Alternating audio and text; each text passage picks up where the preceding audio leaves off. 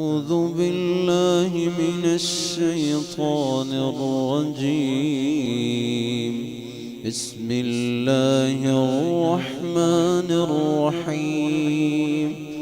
الحمد لله رب العالمين الرحمن الرحيم مالك يوم الدين. إياك نعبد وإياك نستعين. اهدنا الصراط المستقيم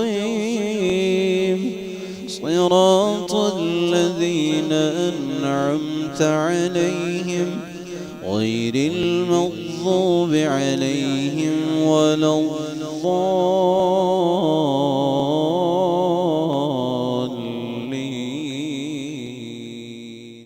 وبارك على عبده ورسوله نبينا محمد وعلى آله وصحبه أجمعين وسلم تسلیما كثيرا. اما بعد.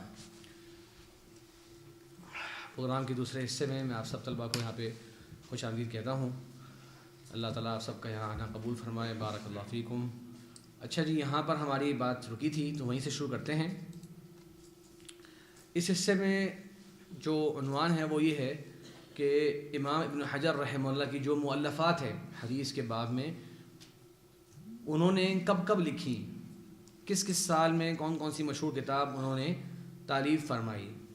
تو یہ ایک پوری مختصر سی بحث تھی، لیکن شیخ عدنان سے گفتگو جب ہوئی تھی تو انہوں نے کہا کہ کچھ طلبہ چونکہ ہیں تو کچھ ایسی غیر رسمی بات چیت بھی ہو جائے تو انشاءاللہ آپ لوگ کے لیے فائدہ مند رہے.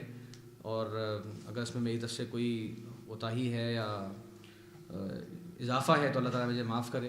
یہ تھا کہ یہ ابن حجر رحمہ اللہ کے جو خاص شاگرد ہیں امام سخاوی، بہت سی تواریخ کتابوں کی انہوں نے الجواہر والدرر فی ترجمہ شیخ الاسلام ابن حجر، یہ لکھا بھی آپ کے سامنے، اس میں ذکر کیا ہے کہ یہ کتاب شیخ صاحب نے اس سال لکھی، یہ کتاب اس سال لکھی.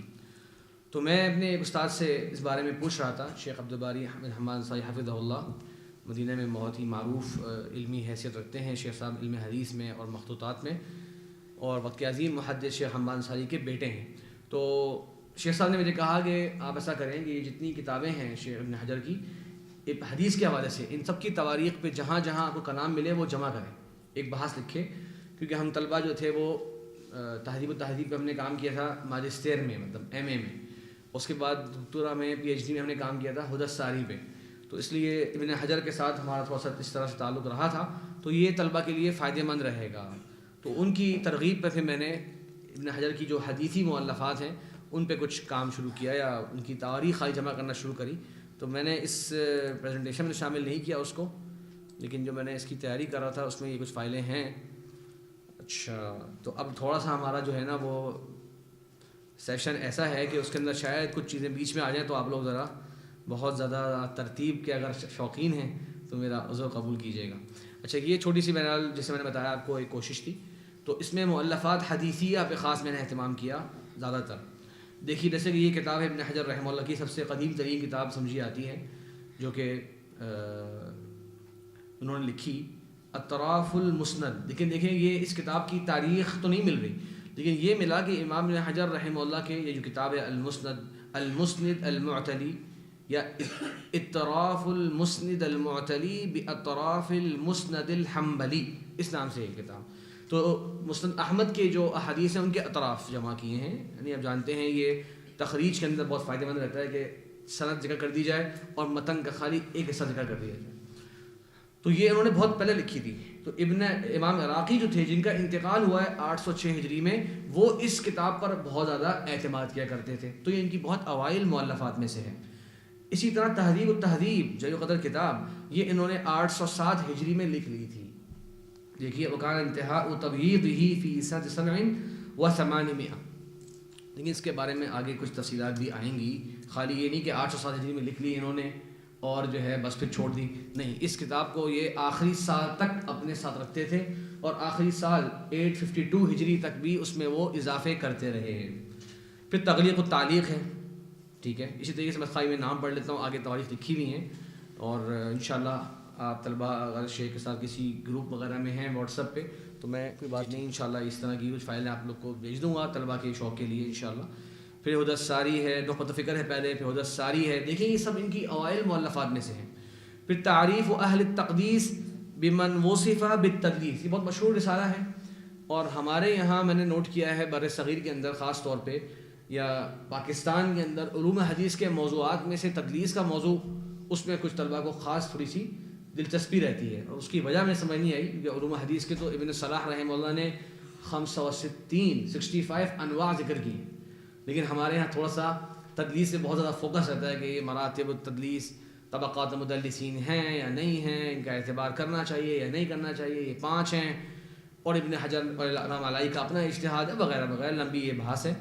تو خیر، تو مشہور ابن حجر رحمہ اللہ جو رسالہ ہے اس مسئلے میں، یہ انہوں نے 815 ہجری میں لکھا. اب یہاں پہ میں نے خالی اشارہ کیا ہے، وہ ہے کہ امام سخاوی، پہلے یاد رکھیے گا کہ ایک عرب کے مشہور عالم، انہوں نے ایک بار ذکر کیا کہ اس کتاب کا ایک زبردست نسخہ، قلمی نسخہ ان کو ملا تعریف اہل التقدیس کا.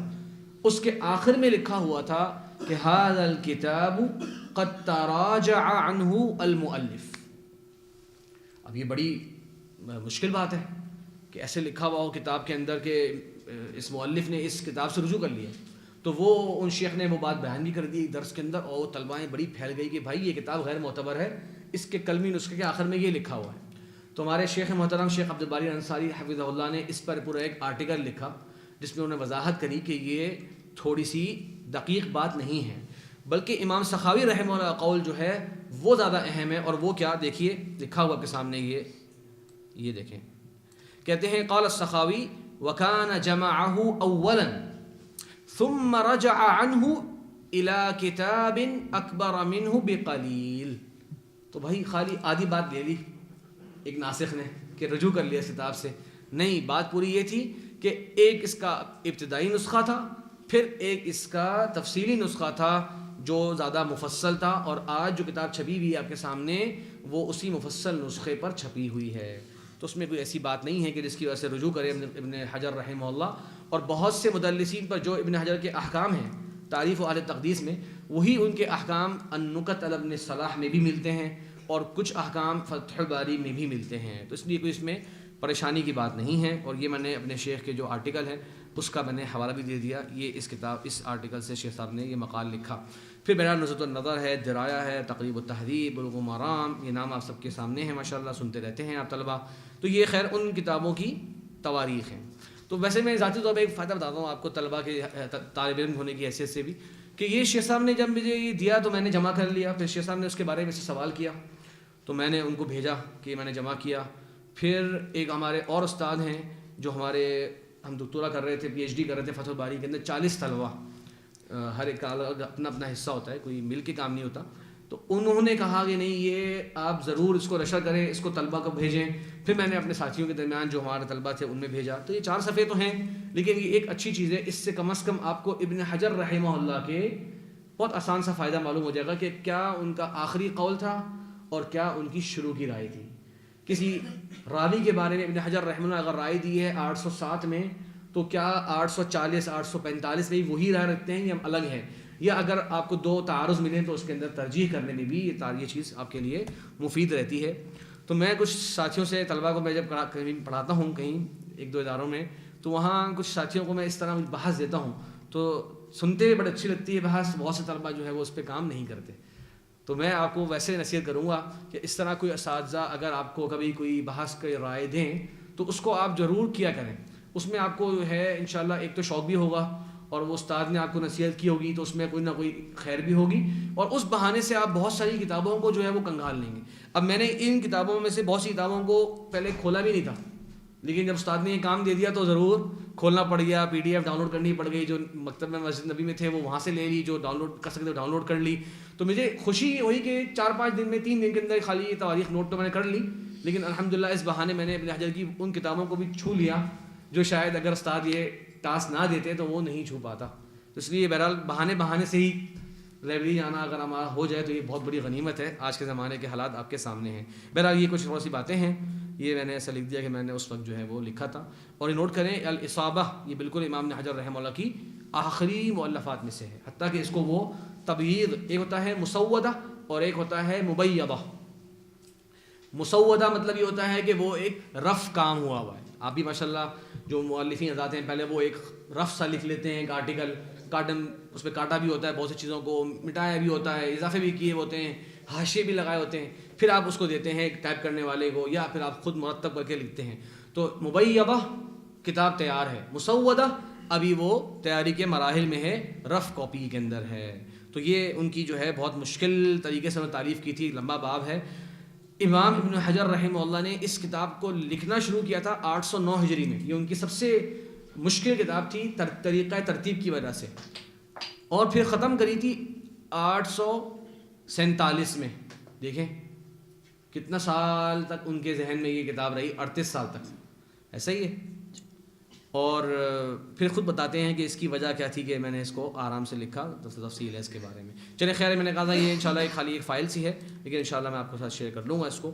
تو یہاں پر ہمارا تھوڑا سا جو ابن حجر کا ترجمے کا باب ہے وہ پورا ہوتا ہے. اب اگلے حصے میں انشاءاللہ جاتے ہیں, جو کہ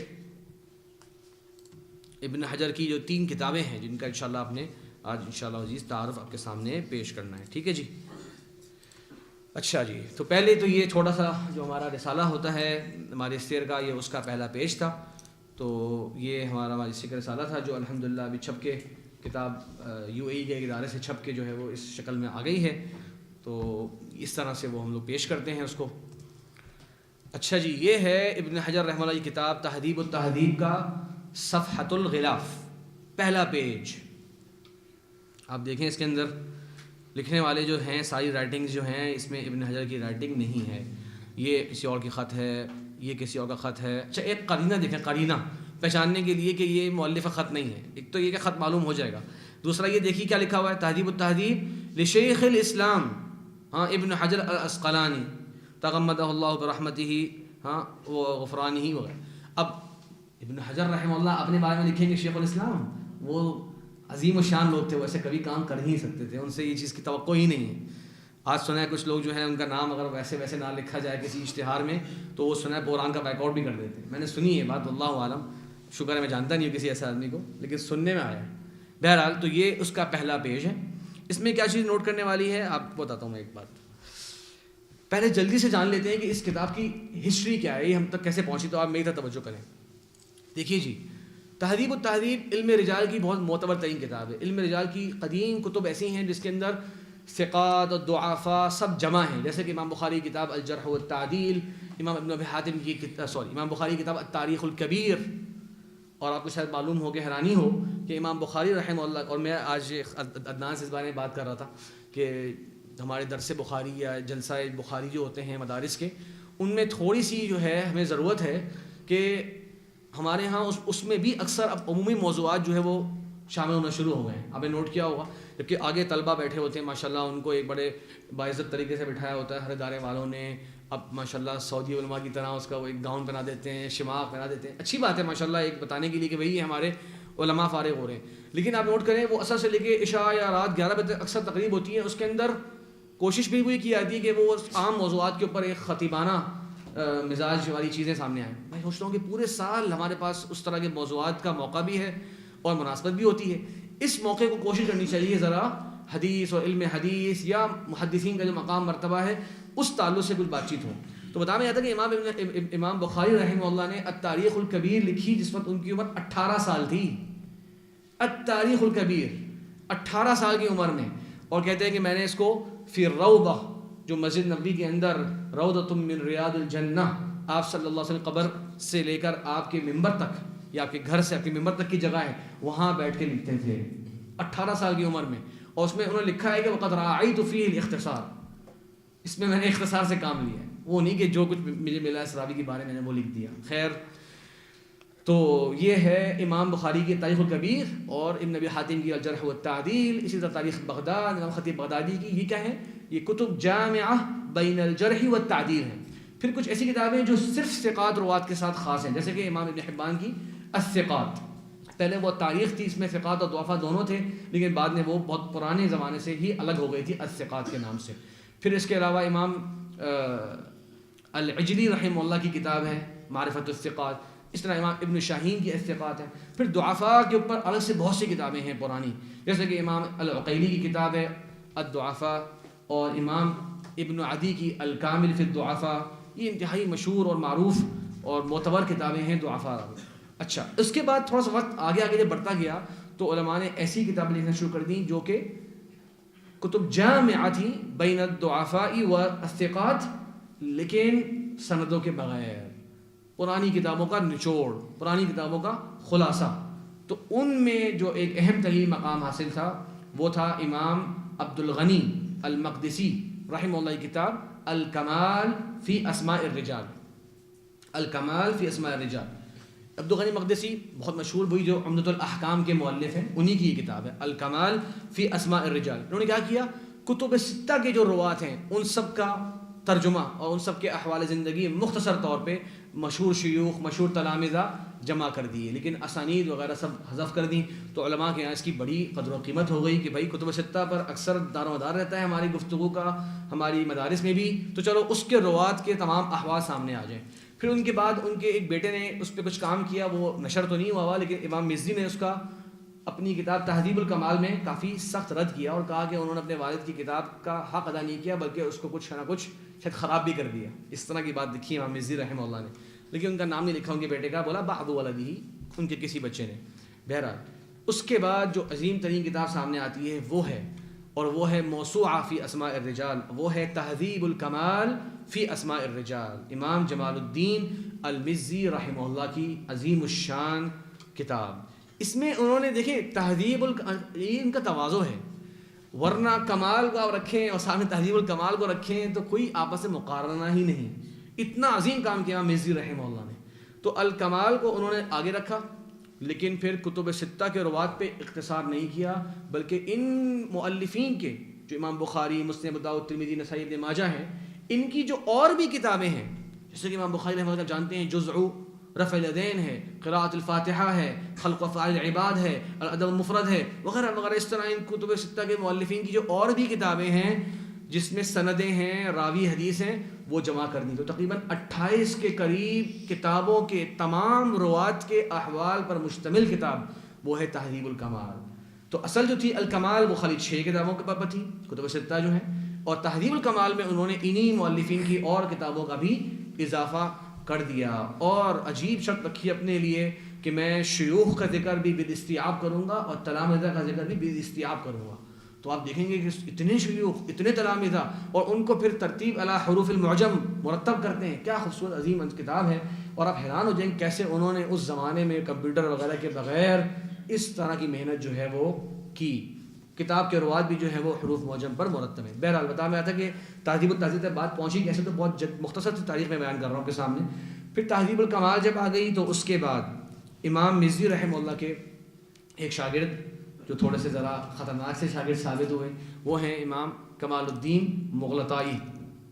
امام کمال الدین مغلطائی ابن امام مزی کے شاگرد ہیں. انہوں نے اپنے استاد کی کتاب کا نام تو اچھا رکھا اکمال تہذیب الکمال، کہ جو چیزیں رہ گئی ہیں میں پوری کر رہا ہوں، لیکن بڑی سخت زبان جو ہے وہ استعمال کی، بڑی سخت زبان جو ہے استعمال کی. اور کہیں من این لک ھذا، یہ کہاں سے لے آئے بھی قول، میں نے 4 نسخے دیکھے کتاب کے، کہیں نہیں ملا. اور یہ سبحان اللہ اس کے اندر جیسے کہتے ہیں نا کہیں کہیں کچھ لوگوں کے غصے میں بھی کچھ فائدے سامنے آ جاتے ہیں. تو امام مغلطائی رحمہ اللہ جو ہیں وہ چونکہ نقد کر رہے تھے اور تھوڑا سا رد بھی کرنا چاہتے تھے، تو اس میں انہوں نے خوب زیادہ تتبع کیا. تو کچھ واقعی اوہام یا کچھ چھوٹی چھوٹی سی غلطیاں جو رہ جاتی ہیں وہ انہوں نے اس میں اکمال و تہذیب الکمال جمع کر دی، جو پہلے چھپی تھی 11 جلدوں میں، ابھی اس کی ایک جلد جو ہے وہ اور چھپ گئی ہے. تو یہ 12 جلدوں کے اندر اکمال و تہذیب الکمال ہے. پھر امام ذہبی رحمہ اللہ نے بھی اس کتاب پہ کام کیا اور کتاب لکھی تذہیب تہذیب الکمال، اور ان کی اپنی کتاب بھی ہے الکاشف، ٹھیک ہے، وہ بھی کتب ستہ کے روات پر ہے.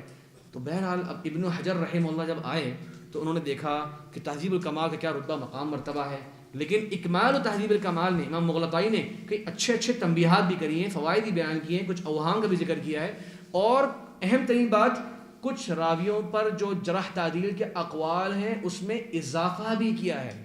آپ لوگ جانتے ہیں کہ ایک راوی پر جب کوئی حکم قائم کرنا ہوتا ہے حدیث کے علماء کو، تو وہ تمام محدثین کے اقوال جمع کرتے ہیں اس راوی کے بارے میں، پھر ضوابط الجرح والتعدیل کا پورا علم اس کو استعمال کرتے ہوئے، ان ضوابط کا اعتبار کرتے ہوئے اس راوی کے بارے میں ایک خلاصہ نکالتے ہیں. تو اس خلاصے میں کبھی کبھار کوئی ایک قول بہت بڑی تبدیلی کر دیتا ہے. کسی راوی کے بارے میں آپ کو کوئی اس کی توثیق ہی نہیں مل رہی, معلوم ہوا امام ملتانی کہہ دیا وقال ابن معین ثقہ. ابن معین کی بہت سی تواریخ ہیں, کسی ایک ایسی تاریخ میں تھا جو ابن حجر رحمۃ اللہ نہیں مل سکی, تو وہ اضافہ جو ہے وہ اس راوی کو ثقہ کر دے. اور اگر آپ کو وہ قول نہیں ملا تو ابن حجر تو امام مزی کی اقوال کی روشنی میں آپ بول دیں گے لا یعرف حالہ, آپ بول دیں گے لا یعرف. سوچیں ثقہ اور لا یعرف کتنا بڑا فرق ہے. تو حدیث پہ تصحیح تضعیف کا بھی اعتبار جو ہے وہ اس راوی کے احوال پر ہوتا ہے. تو خیر تھوڑی سی باتیں میں امید کر رہا ہوں جو طلبہ ہیں انشاءاللہ جنہوں نے تھوڑا سا مصطلح حدیث پڑھی ہوئی ہے وہ زیادہ بہتر سمجھ رہے ہوں گے انشاءاللہ. بہرحال اتنی بات. تو ابن حجر رحمہ اللہ نے یہ کتاب لکھنے کا فیصلہ کیا, اور ان کا ہدف یہ تھا کہ امام مزی اور امام مغلطائی کی کتاب کو آپس میں جمع کر دیا جائے. اور امام مزی نے چونکہ بہت لمبے لمبے اقوال لکھے ہوئے, خوب زیادہ شیوخ لکھے ہوئے, باقاعدہ اپنی سند کے ساتھ عالی اور نازل اور المقابلہ, وہ جو مختلف انواع علوم الحدیث کی مثالیں ملتی ہیں آپ کو, المصافحہ, المقابلہ, وہ سب ملیں گے آپ کو کہاں, تہذیب الکمال میں. تو ابن حجر نے کہا یہ تو بھائی کتب المشیخات اور کتب املاء اور کتب مسلسلات یہ تو اس کے لحاظ سے زیادہ مناسب ہے یہ روایتیں ہونا, تو وہ سب انہوں نے نکال دی. اب آگے ہم سمجھتے ہیں کہ اس کتاب میں بیسکلی انہوں نے کیا کیا. یہ ایک ماشاءاللہ آپ کے سامنے ابن حجر رحمہ اللہ کا عظیم خط ہے. اس کے بارے میں امام سخاوی نے کہا تھا ثلاث کسلاسل الذهب, سونے کی طرح کے جو ہے وہ لکھے ہوئے دفتر ہیں, 3 جلدیں ہیں, اور یہ 3 جلدیں الحمدللہ ہمیں ترکیہ کے اندر مشہور مکتبہ ہے, مکتبہ ولی الدین, وہاں سے ملی. اچھا اس کی بھی میں آپ کو تھوڑی سی سناؤں کہانی. تھوڑی سی کہانی ہے کہ ہمیں یہ کتاب کا یہ مخطوط ملا کیسے, یہ جو ہے. اور اس طبعے کی صرف اور صرف اگر صرف ایک ہی خصوصیت بیان کرنی ہو تو وہ یہی ہے کہ یہ جو ابن حجر کا ہاتھ کا لکھا ہوا نسخہ ہے یہ الحمدللہ آج سے 10 سال پہلے تک دنیا میں کسی کے پاس بھی نہیں تھا. یہ ایک مکتبہ ولی الدین جو کہ مکتبہ سلیمانیہ بہت بڑا مکتبہ ہے ترکیہ میں, استنبول میں, ٹرکی میں, اس کے اندر مختلف مکتبات آتے ہیں. تو مکتبہ ولی الدین کے اندر یہ چھپا ہوا تھا. تو ملا کیسے؟ تو وہ یہ ہے جناب کہ جب ہم لوگ وہاں پہ ایم اے کر رہے تھے, اور یہ 1431 کی بات ہے, تو اس کے اندر ہمیں ایک نہ ایک رسالہ لکھنا پڑتا ہے, کوئی نہ کوئی مقال لکھنا پڑتا ہے. جو آپ میں سے ایم فل یا ایم اے کر چکے ہیں وہ گزرے ہیں اس ٹائم سے. اچھا مزے کی بات یہ ہے کہ جو کہ وہ آپ کا پہلا مرتبہ لکھنا ہوتا ہے, تو اس میں طلبہ کی سوچ کیا ہوتی ہے کہ بھائی کوئی بھی موضوع پکا پکایا مل جائے, کوئی تیار شدہ موضوع مل جائے, کوئی عالم دین بول دیں یار یہ کام جو ہے نا کسی نے نہیں کیا اور یہ میرے پاس کچھ لکھا ہوا ہے تم لے لو. ماشاءاللہ لڑکے بہت خوشی خوشی اس کو لیتے ہیں کیونکہ وہ اس تخصص میں نئے ہوتے ہیں, پہلی بار پڑھنا شروع کر رہے ہوتے ہیں. دکتورہ میں آ کے اکثر آپ نوٹ کریں گے کہ طلبہ کا تھوڑا سا ایک مزاج شامل ہوتا ہے اس موضوع میں جس پہ وہ لکھ رہے ہوتے ہیں, کیونکہ وہ اس تخصص کو 4-5 سال پڑھ چکے ہوتے ہیں, تو کچھ نہ کچھ سمجھ میں آ جاتا ہے کہ لکھنا کیسے. خیر تو ہم لوگ بھی بس جو ہے دوستوں نے بتایا کہ بھائی تہذیب و تہذیب پر کام کرنا ہے, تو ہم 15 طلبہ تھے اور جمع کیا. تو جب ہم نے پیش کیا تو اساتذہ نے کہا بھائی اس کے جو نسخے ہیں جو کہ قلمی نسخے ہیں, مخطوطات جسے ہم کہتے ہیں, مینوسکرپٹس کہتے ہیں, اس وقت تک ہمیں یہ نسخہ نہیں ملا ہوا تھا اور کچھ نسخے ملے ہوئے تھے. تو اساتذہ نے کہا کہ یہ 2-3 نسخے ناکافی ہیں, آپ اس کے کچھ اچھے نسخے تلاش کریں. اب اچھے نسخے تلاش کرنے کا مطلب تو پہلے یہ ہوا کرتا تھا کہ باقاعدہ یونیورسٹیز جو ہیں وہ آپ کو ٹکٹ دیا کرتی تھیں اور ویزے دیا کرتی تھیں. آپ Morocco, Spain, France, Germany, Ireland, England, یہ میں ملکوں جو نام لیے کہ مشہور ہیں تمام ملک مخطوطات کے اعتبار سے, ان جگہ پر, اور مصر, یہاں پر آپ سفر کیا کرتے تھے جا کر. تو اب تو وہ ٹائم نہیں رہا, اب تو سب چیزیں انٹرنیٹ پر آ گئی ہیں, تو ایسے ہی کچھ کرنا پڑتا ہے. تو ہمارے کوئی دوستوں نے تلاش کیا تو معلوم ہوا یہی ترکی کے اندر ایک مخطوط موجود ہے, لیکن اس کا جو فہارس المخطوطات ہوتی ہیں, کتابیں ہوتی ہیں بڑی بڑی ضخیم کتابیں, اس میں مخطوطات کی فہرستیں ہیں. سمجھ گئے آپ کہ یہ مخطوط اس نمبر پہ اس مکتبے میں موجود ہے, یہ مخطوط اس میں موجود ہے, اس کی بھی فہرستیں ہیں پوری مخطوطات کی. تو اس میں تلاش کیا تو ملا کہ ایک نسخہ ہے تہذیب و تہذیب کا, کہیں نہیں لکھا ہوتا کہ یہ حافظ ابن حجر کے اپنے خط کا ہے. لیکن ہم تو چونکہ ہمارے سرے کے تھے, ہم نے کہا بھائی تعداد پوری کرنی ہے. اساتذہ نے کہا کہ ایک نسخہ اور چاہیے, بس یہ لاؤ اور تعداد پوری کرو اور موضوع پیش کرو. یہ ہمارا ذہن چل رہا تھا. تو بہرحال الحمدللہ ہمارے ایک استاد, وہاں پہ ہم طلبہ ہیں, طلبہ کہاں سے یہ ترکی پہ بھیجیں گے, اور یہ مخطوطات اب تک خریدے بیچے جاتے ہیں.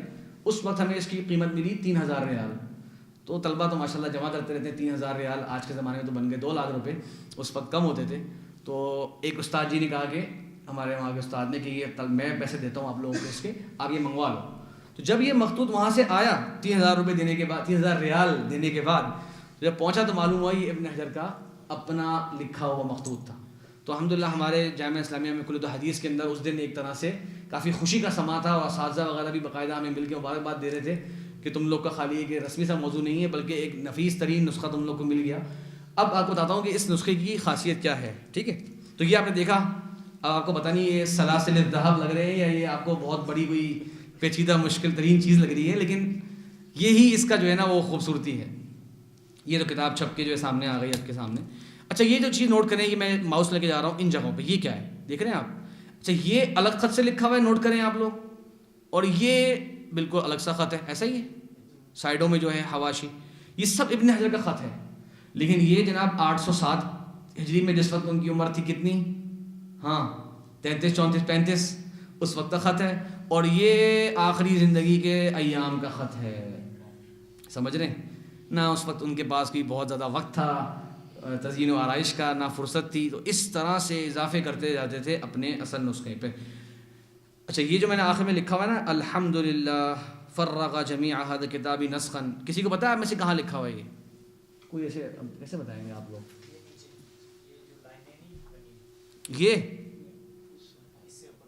یہ سنۃ 47 یہ لکھا ہوا ہے، تو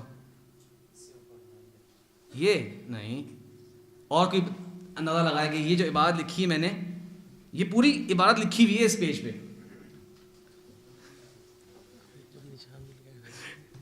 میں نے نہیں لگایا، یہ اصل میں ہے ایسے، اور وہ خط بھی مختلف ہے بھائی، ابن حجر کا خط ہی نہیں ہے. آپ کو نقل کرا دی میں نے، کسی کو نہیں مل رہا؟ نیٹ کلر میں تو یہاں بھی لکھا ہوا ہے، کہاں؟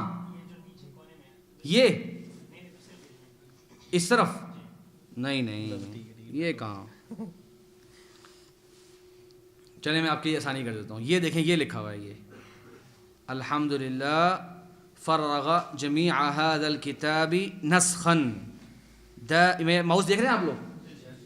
داعیا لمؤلفه، آگے دیکھیں تغمدہ اللہ برحمتہ، آگے لکھا ہے دیکھیں محمد بن، یہ بن جو ہے نا یہ محمد کے دال میں ساتھ ماشاءاللہ ایڈ ہو گیا ہے. بن یہ ہو سکتا ہے لیکن تھوڑا سا ہاں. عبد الرحمن السخاوی، یہ دیکھیں تلمیذہ فی سنتی، اچھا یہ 854 دیکھیں کیسے لکھا ہوا ہے، 854 دیکھا آپ نے. تو یہاں میں اپنے استاد محترم کا ذکر کروں گا، آپ لوگ حیران ہوں گے سن کے. شیخ میرے جو مشرف تھے، جو میرے اس تھیسس کے سپروائزر جسے ہم لوگ کہتے ہیں مشرف، وہ ہیں شیخ ابراہیم بن محمد نور سیف حافظہ اللہ، جامعہ اسلامیہ کے بہت بزرگ مشائخ میں سے ہیں. ہو سکتا ہے آپ نے بھی اگر مدینہ یونیورسٹی کلیہ حدیث سے کچھ اساتذہ سے پڑھا ہے تو کم و بیش سب کو انہوں نے پڑھایا ہوگا، کیونکہ وہ 40 سال سے اوپر ہو گیا اور کلیہ حدیث سے پڑھا رہے ہیں. تو جب میں ان کے ساتھ جاتا تھا تو اپنے حصے کی جب مخطوط پڑھتا تھا نا، تو ایک طریقہ ہوتا ہے وہ علمی طریقہ ہوتا ہے. آپ اگر کچھ پڑھ نہ پائیں تو آپ لکھ دیں تعلیق میں لم اہتدی الی ما کتبہ المؤلف، مجھے پڑھنا نہیں آیا، میں اس جملے کو نہیں پڑھ سکا. تو میں 5 منٹ تک لیپ ٹاپ کو گھما کے روٹیٹ کر کے زوم ان زوم آؤٹ، جو آپ میں سے سمجھتے ہیں کمپیوٹر کے اندر جو چیزیں ہوتی ہیں، کر کے جب تھک جاتا تھا تو میں لکھ دیتا تھا شیخ لم اہتدی الی. اب وہ شیخ کے پاس جاتے تھے پڑھنے کے لیے، تو وہ شیخ صاحب جو ہے میرا لیپ ٹاپ یوں اٹھاتے تھے 10 منٹ 15 منٹ آدھا گھنٹہ انہوں نے میرے ساتھ کچھ عبارتیں پڑھنے میں لگایا. اور یہ نادر ترین چیز ہے کہ کوئی مشرف اور کوئی سپروائزر اپنے طالب کے کام کو اس طرح سے کرے. میں شیخ سے بولتا شیخ صاحب اگر ہم یہ لکھ دیں گے کہ ہم نہیں پڑھ سکے کوئی گناہ ملے گا شیخ؟ کوئی یہ جو یونیورسٹیز کے طور طریقے ہیں اس کے خلاف ہے؟ شیخ کہتے تھے لا، یہ تب لکھو گے جب تم اپنی تمام وسعت اختیار کر چکے. یہ نہیں کہ 2 منٹ پڑھا نہیں گیا تو بولو بس لم اہتدی الی، تو پوری کتاب ہی تم ایسے کر دو گے. تو بہرحال یہ ویسے بتانا چاہ رہا تھا آپ کو کہ اس کی ایک تھوڑی سی یہ آخری اس کا جو ہے نا لوحہ ہے، لوحہ کہتے ہیں اس سے پورے کو، لوحہ آخری اس کا حصہ ہے. ٹھیک ہے جی، چلیں اب تھوڑا سا آگے بڑھتے ہیں، کتاب کے بارے میں تھوڑا سا سمجھتے ہیں. یہ جو جلد نمبر 14 ہے، اس میں میرا الحمدللہ کام تھا. اچھا جی، اب آتے ہیں اس کتاب کے بارے میں. تھوڑا سا آپ نے سمجھ لیا کہ یہ کتاب ابن حجر نے کس طرح لکھی اور اس میں کیا کیا. دیکھیے ابن حجر رحمہ اللہ کیا کہتے ہیں اس کے بارے میں. کہتے ہیں کہ میں نے اس کتاب کے اندر استفادہ کیا ہے اس کتاب سے جو کہ امام علامہ علاء الدین مغلطائی نے ذکر لکھی ہے تہذیب الکمال پر، یعنی کہ اکمال۔ اب نوٹ کریے پوائنٹ، مع عدم تقلیدی لہ فی شیء مما ينقلہ، میں ان کی تقلید نہیں کر رہا تھا جو باتیں لکھ رہے تھے زائد میں۔ وانما استعنت به فی العاجل وکشفت الاصول التي عزا النقل الیہا فی الآجل، اس وقت میں نے اس سے استفادہ کر لیا اور بعد میں نے ان کے اصول کی طرف رجوع کیا ہے آرام سے وقت کے ساتھ۔ فما وافق اثبتہ وما باین احملتہ، فلو، اب کیا کہتے ہیں اپنی کتاب کے بارے میں نوٹ کریے، فلو لم یکن فی ھذا المختصر، یہ جو میری کتاب ہے اس میں اگر یہ نہیں ہو کیا، الا الجمع بین ھذین الکتابین الکبیرین، مگر یہ کہ صرف دو بڑی کتابوں کو میں نے جمع کر دیا آپس میں، یعنی یہ میں نے لکھا ہے بین معقوفتین، یہ جو دو بریکٹس ہوتے ہیں اس میں اضافہ کر سکتے ہیں آپ، یعنی تہذیب الکمال للمزی و اکمالہ لمغلطائی، اگر یہ نہیں ہوتا میری اس کتاب میں مگر کہ صرف میں نے دو عظیم ترین کتابوں کو جمع کر دیا فی حجم لطیف، ایک مختصر کتاب کی صورت میں، لکان معنی مقصودا، یہ بڑا عظیم ہدف تھا، ھذا مع الزیادات التي لم تقع لہما، یہ بہت اہم جملہ ہے۔ تو تحریک کا مطلب خالی یہ نہیں ہے کہ وہ بیٹھے اور انہوں نے کٹ کرتے رہے، بس حذف کرتے رہے، نہیں، مع الزیادات، اضافے کیے ہیں، التي لم تقع لہما والعلم مواہب واللہ الموفق، یہ ابن حجر نے مقدمے میں ذکر کیا۔ اب ابن حجر کا تو منہج ہے، ہمارے ہاں طریقہ کار ہوتا ہے کہ یہ پہلی جو جلد ہے نا، آپ دیکھیں یہ پورا اس کتاب کا مقدمۃ التحقیق ہے، یعنی کہ جو ہم ساتھیوں نے مل کے لکھا تھا، کتاب کا تعارف ہے، تو اس میں بہت تفصیل سے اس کتاب کا منہج موجود ہے، لیکن میں نے سوچا اس آج کی مناسبت سے اگر میں سارے پوائنٹ لے آؤں نا 20 پوائنٹ، تو وہ آپ لوگ کے لیے بہت مشکل ہو جائیں گے، تو ایسا کرتے ہیں ابن حجر کے کچھ اقوال پڑھ لیتے ہیں، اس کی روشنی میں آپ کو سمجھ میں آ جائے گا کہ ان کا مقصد کیا تھا، اور ذرا ابن حجر کی باتیں پڑھنے کا موقع مل جائے گا بجائے سے کہ آج کل کے ہم باحثین کی آپ باتیں پڑھیں۔ کہتے ہیں ابن حجر رحمہ اللہ کا منہج اس کتاب میں 2 پوائنٹ میں نے لکھے ہیں خاص طور پہ، وہ کیا ہے؟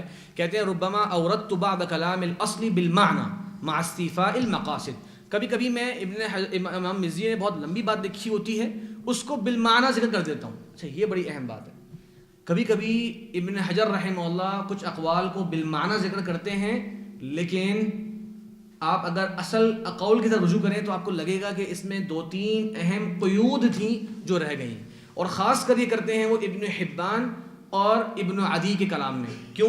یہ ابن حبان مجروحین میں تفصیلی کلام کرتے ہیں راوی کے بارے میں، لمبی سی وضاحت دیتے ہیں، اور ابن عدی بھی جو ہے وہ راوی کے آخر ترجمے کے آخر میں پورے تفصیل سے بیان کرتے ہیں اس راوی کے بارے میں، تو وہ 2-3 لائنیں بھی ہو جاتی ہیں کبھی کبھار، تو ابن حجر تو تحریف کر رہے ہیں تو کبھی کبھار اس کو اختصار کر لیتے ہیں، لیکن ہمارا جو کام تھا اس میں یہ چیز شامل تھی کہ ایک تو صحیح ترین نص آپ نے پڑھ کے جو ہے وہ لے کے آنا ہے، دوسرا ہر قول کے اصل کتاب کی طرف رجوع کر کے اس سے مقارنہ کرنا ہے کہ آیا اصل کتاب میں بھی یہ قول ایسے ہی موجود ہے کہ نہیں۔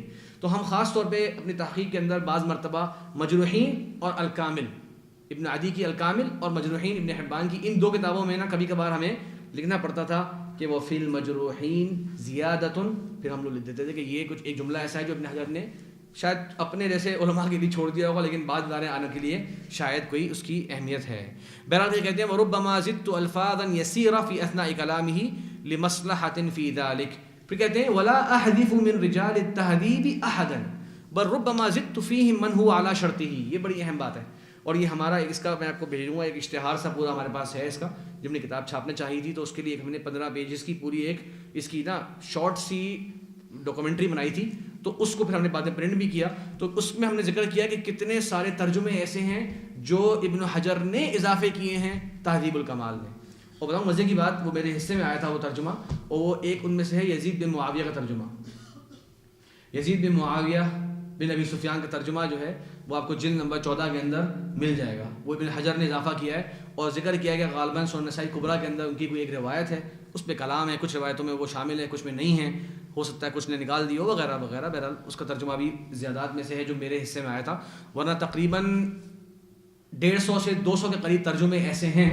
جو ابن حجر نے تہذیب و تہذیب میں ذکر کیے ہیں اور امام مزی کی کتاب میں وہ ملتے بھی نہیں۔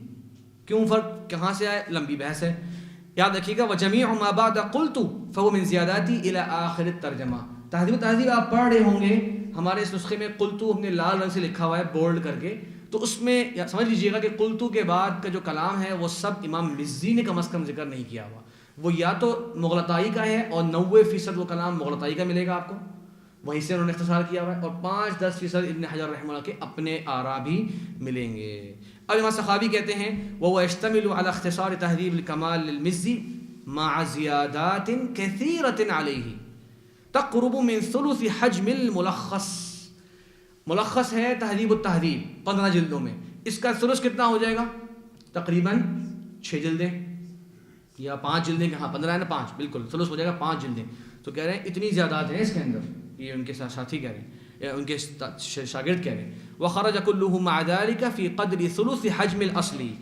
اس زیادات کے باوجود یہ تہذیب التہذیب 1/3 ہے تہذیب الکمال کا. وَالَّتِي بِخَطِّ الْمُؤَلِّفِ فِي 3 كَسَلَاسِلِ الذَّهَبِ ہے. اچھا اب سوال یہ ہے کہ ابن حجر رحمہ اللہ نے تہذیب الکمال میں سے کس چیز کو حذف کیا؟ یہ ابن حجر خود بیان کر رہے ہیں اپنی ایک اور کتاب تعجیل المنفعہ بزوائد الائمہ اربعہ بزوائد رجال الائمہ اربعہ کے اندر. کیا کہتے ہیں کہ میں نے حذفت منہ الاسانید التي يسوقها المزی باسانیدہ. ان کی ساری جو سندیں انہوں نے ذکر کری ہیں سند کے ساتھ میں حذف کر دی. فإن ذلك بالمعاجم والمشیخات اشبہ. یہ بھائی پوری ایک نوع من انواع کتب الحدیث ہیں. کتب المعاجم، کتب المشیخات، کتب الفوائد، کتب الامالی، کتب الزوائد. اس کا اتنا لمبا اس کا سفر ہے اور اس کی اتنی ساری اس میں اجزاء ملیں گی آپ کو کہ بہرحال ہم تو اس سے بہت دور ہیں. وَكَذَلِكَ مَا يُرِدُهُ مِن مَنَاقِبِ الصُّحْبَةِ وَالْأَئِمَّةِ. بہت سے صحابہ کرام کے مناقب میں امام مزی نے لمبے آراء لکھی ہیں، اقوال لکھے ہیں. ائمہ کا ذکر جو کرنے بیٹھے تو ان کی زہد پہ، ان کے ورع پہ بہت لمبی باتیں لکھی. کیوں؟ لأن لذلك محلا آخر. بھائی ایک راوی کے بارے میں رائے قائم کرنی ہے، ان کی عبادات، ان کی تہجد وغیرہ وغیرہ کی باتوں سے ابن حجر کہتے ہیں کہ ابھی ہمیں ان کی ضرورت نہیں ہے، ان کا مقام کوئی اور ہے. وموضوع الکتاب انما هو لبیان حال الشخص المترجم. اصل ہمیں جاننا ہے اس راوی کے بارے میں جرح یا تعدیل. تو اس طرح انہوں نے بہت سی چیزیں جو ہیں وہ حذف کر دیں. ٹھیک ہے جی، چلیں آگے چلتے ہیں. اب یہ جو نصب ہوا لکھا ہوا ہے آپ دیکھ رہے ہیں شروع سے لے کے اینڈ تک، یہ اس نسخے میں موجود ہے اور تہذیب التہذیب کے تمام پرانے طبعات کے اندر یہ نص موجود نہیں ہے. اس لیے میں نے اس کے مخطوط کا حوالہ دیا، مجلد 40 کے بالکل آخر میں ہے. کہتے ہیں ابن حجر کیا کہتے ہیں سنیے. وقد كتبت من هذا الكتاب غیر نسخہ. اس کتاب کے بہت سے نسخے لکھے گئے. اب آپ بولیں گے کیا مطلب؟ سوچیے ذرا اس زمانے میں کتاب کے نسخے کیا ہوتا تھا. اس مؤلف نے کتاب لکھی، جب اس کی طرف سے تیار ہو گئی اس نے اپنے شاگردوں کو، اپنے محبین کو دے دی، جاؤ بھائی یہ کتاب میری تیار ہے. اب وہ شاگرد بیٹھتے تھے سارے کے سارے چراغ جلا کے اور صبح دوپہر شام اپنے استاد کی وہ کتاب لکھنا شروع کر دیتے تھے. اس زمانے میں کچھ لوگوں کا یہ کاروبار بھی ہوتا تھا، یہ نوکری بھی ہوتی تھی کہ وہ الناسخ ہوتے تھے. کیوں؟ اب بڑے بڑے اس وقت کے جو علماء ہیں، جیسے کہ مثال کے طور پہ امام عراقی ہیں، انہیں کتاب ملی اپنے شاگرد کی اطراف المسند المعتلی. تو انہوں نے بھائی ایک ناسخ سے کہا بھائی جان یہ کتاب لکھ کے دے دیں مجھے 3 جلدوں کے اندر، کتنے پیسے لیں گے؟ اس نے کہا جی میں اتنے پیسے دوں گا. تو وہ 2 ہفتے میں، 3 ہفتے میں، 4 ہفتے میں کتاب کی حجم کے حساب سے وہ بیٹھ کے لکھتا تھا. تو کہتے ہیں کہ اس کتاب کے بہت سارے نسخے لکھے گئے. ثم اننی فی زمان الاشتغال الحقت فیہ اشیاء کثیرہ. میں نے اس کتاب میں بہت زیادہ اضافے کیے ہیں. تظہر من ہوامش ہذہ النسخہ. اس نسخے کے ہامش سے ظاہر ہو جائے گا. وہی نسخۃ الاصل، یہی اصل نسخہ ہے. فمن ظفر بها ممن له نسخۃ من هذا المختصر فليلحقها. جس کو یہ نسخہ مل جائے میرا لکھا ہوا وہ اضافہ کر لے اپنے نسخے کے اندر. فإني الحقت فيها تراجم كثيرة جدا. اور کس سال؟ فی سنۃ 46 اپنی وفات سے 5 سال اور 6 سال پہلے. دیکھیں 852 میں ان کا انتقال ہوا ہے اور کہہ رہے ہیں میں نے 846 یا 847 میں بہت سارے اضافے کیے. پھر کہتے ہیں دیکھیں والحقت ايضا من ذكر صاحب الكمال وحذفه المصنف. پھر کہتے ہیں والحقت من سنن الترمذی حيث يقول في الباب عن فلان وفلان عدة من الصحابة وغيرهم ومن اثناء كلامه في علل الاحاديث. والحقت من السنن الكبرى للنساء جماعة ذوي عدد اغفله المصنف. بہرحال بتانے کا مقصد یہ ہے کہ اس قسم کے اضافے اور زیادات الحمدللہ ہمیں یہ ابن حجر کے زائد نسخے کے اندر مل گئے. اور حیران آپ اس پہ ہو جائیں کہ یہ جو جتنی پرانے طبعات ہیں تہذیب التہذیب کے ان میں یہ اضافے اور زیادات نہیں موجود. مشہور طبع ہے طبع ہندیہ، وہی زیادہ مشہور تھا اور پھر اسی پہ تھوڑا سا کام کیا. دار الرسالہ والوں نے 4 جلدوں میں چھپ گئی تھی یہ کتاب تہذیب التہذیب. اس میں انہوں نے کچھ چیزیں صحیح کری ہیں تہذیب الکمال سے کیونکہ وہ اس کی اصل ہے. لیکن بہرحال یہ نسخہ ان کو ملا نہیں تھا تو ان پہ کوئی ملامت نہیں ہے، کوئی وہ نہیں ہے ان کی تنقیص.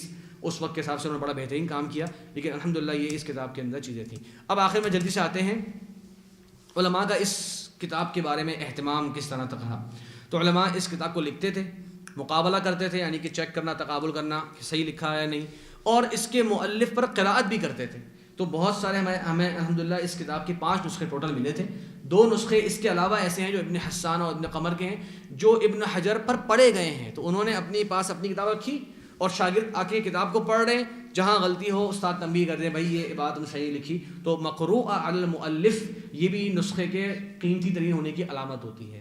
تو سب سے قیمتی نسخہ وہ ہوتا ہے جو مؤلف نے خود لکھا، اور خاص کر اگر آخر دن میں لکھا. دوسرا وہ ہوتا ہے جو مؤلف پر پڑھا گیا ہو، اس کے آخر میں ان کے سائن بھی ہوں کہ قد قرأ علی ھذا الکتاب تلمیذی فلان بن فلان. اور یہ بہت سی کتابوں کے اندر ابن حجر کی عادتیں کرتے ہیں. دوسرا کام کیا ہے، حافظ سخاوی نے اس کتاب کے 2 نسخے لکھے، ایک 5 جلدوں میں، ایک 6 جلدوں میں. التقی الفاسی کہتے ہیں اپنی اس ابن حجر رحمہ اللہ کی کتاب کے بارے میں، جو ان کے ساتھی تھے، وقال صاحبنا الحافظ الحجۃ شہاب الدین الفضل ابن حجر ابقاه الله تعالى في كتابه الذي اختصر فيه تهذيب الكمال للمزي وزاد فيه على المزي فوائد كثيرة مهمة. یہ بتانے کا مقصد یہ ہے کہ آپ یہ مت سمجھیے گا کہ آپ کے پاس تہذیب الکمال کے اگر اصل موجود ہے، جو بڑی کتاب ہے، آپ بولیں یار خلاصے کیا کرنا ہے، اصل کتاب موجود ہے تو مجھے کیا ضرورت ہے کہ ہاں جب سمندر موجود ہے تو نہروں کی کیا ضرورت ہے. نہیں، اس میں اضافے ہیں اور یہ بڑے بڑے علماء نے ان کو فوائدہ کثیرہ اور مہمہ قرار دیا. تو اس کے بغیر آپ کو راوی کے بارے میں خلاصہ جاننے میں مشکل بہرحال آ سکتی ہے.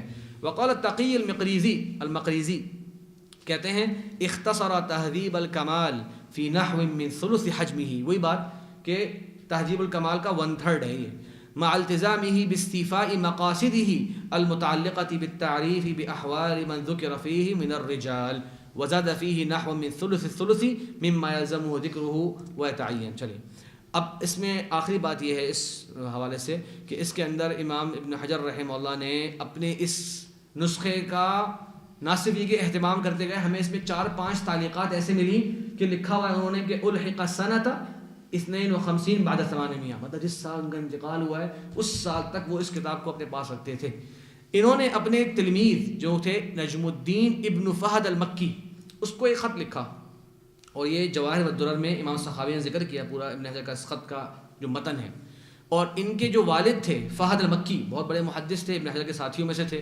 تو انہوں نے اپنے ساتھی کو لکھا والمسئول من فضلہ، آپ کے فضل سے سوال یہ ہے، ابلاغ السلام العبد علی الوالد، کہ میرا سلام اپنے والد کو کیجیے گا، وتعریفہ، اور ان کو بتائیے گا، بأنه تجدد فی تہذیب التہذیب الذی کان اطلع وضمہ الی اصل التہذیب، کہ جناب تہذیب التہذیب میں بہت سی معلومات جدید شامل ہو چکی ہے اس کے مقابلے میں جو پہلے آپ کو ملی تھی اور جو آپ نے تہذیب الکمال کے اندر شامل کری تھی. کیونکہ ابن فہد مکی کی بھی اس میں فہد مکی کی بھی ایک کتاب ہے جس میں انہوں نے تہذیب التہذیب امام ذہبی کی اور امام مزی کی کتاب کو جمع کیا تھا، بعد میں کچھ چھپی بھی اس کا حصہ.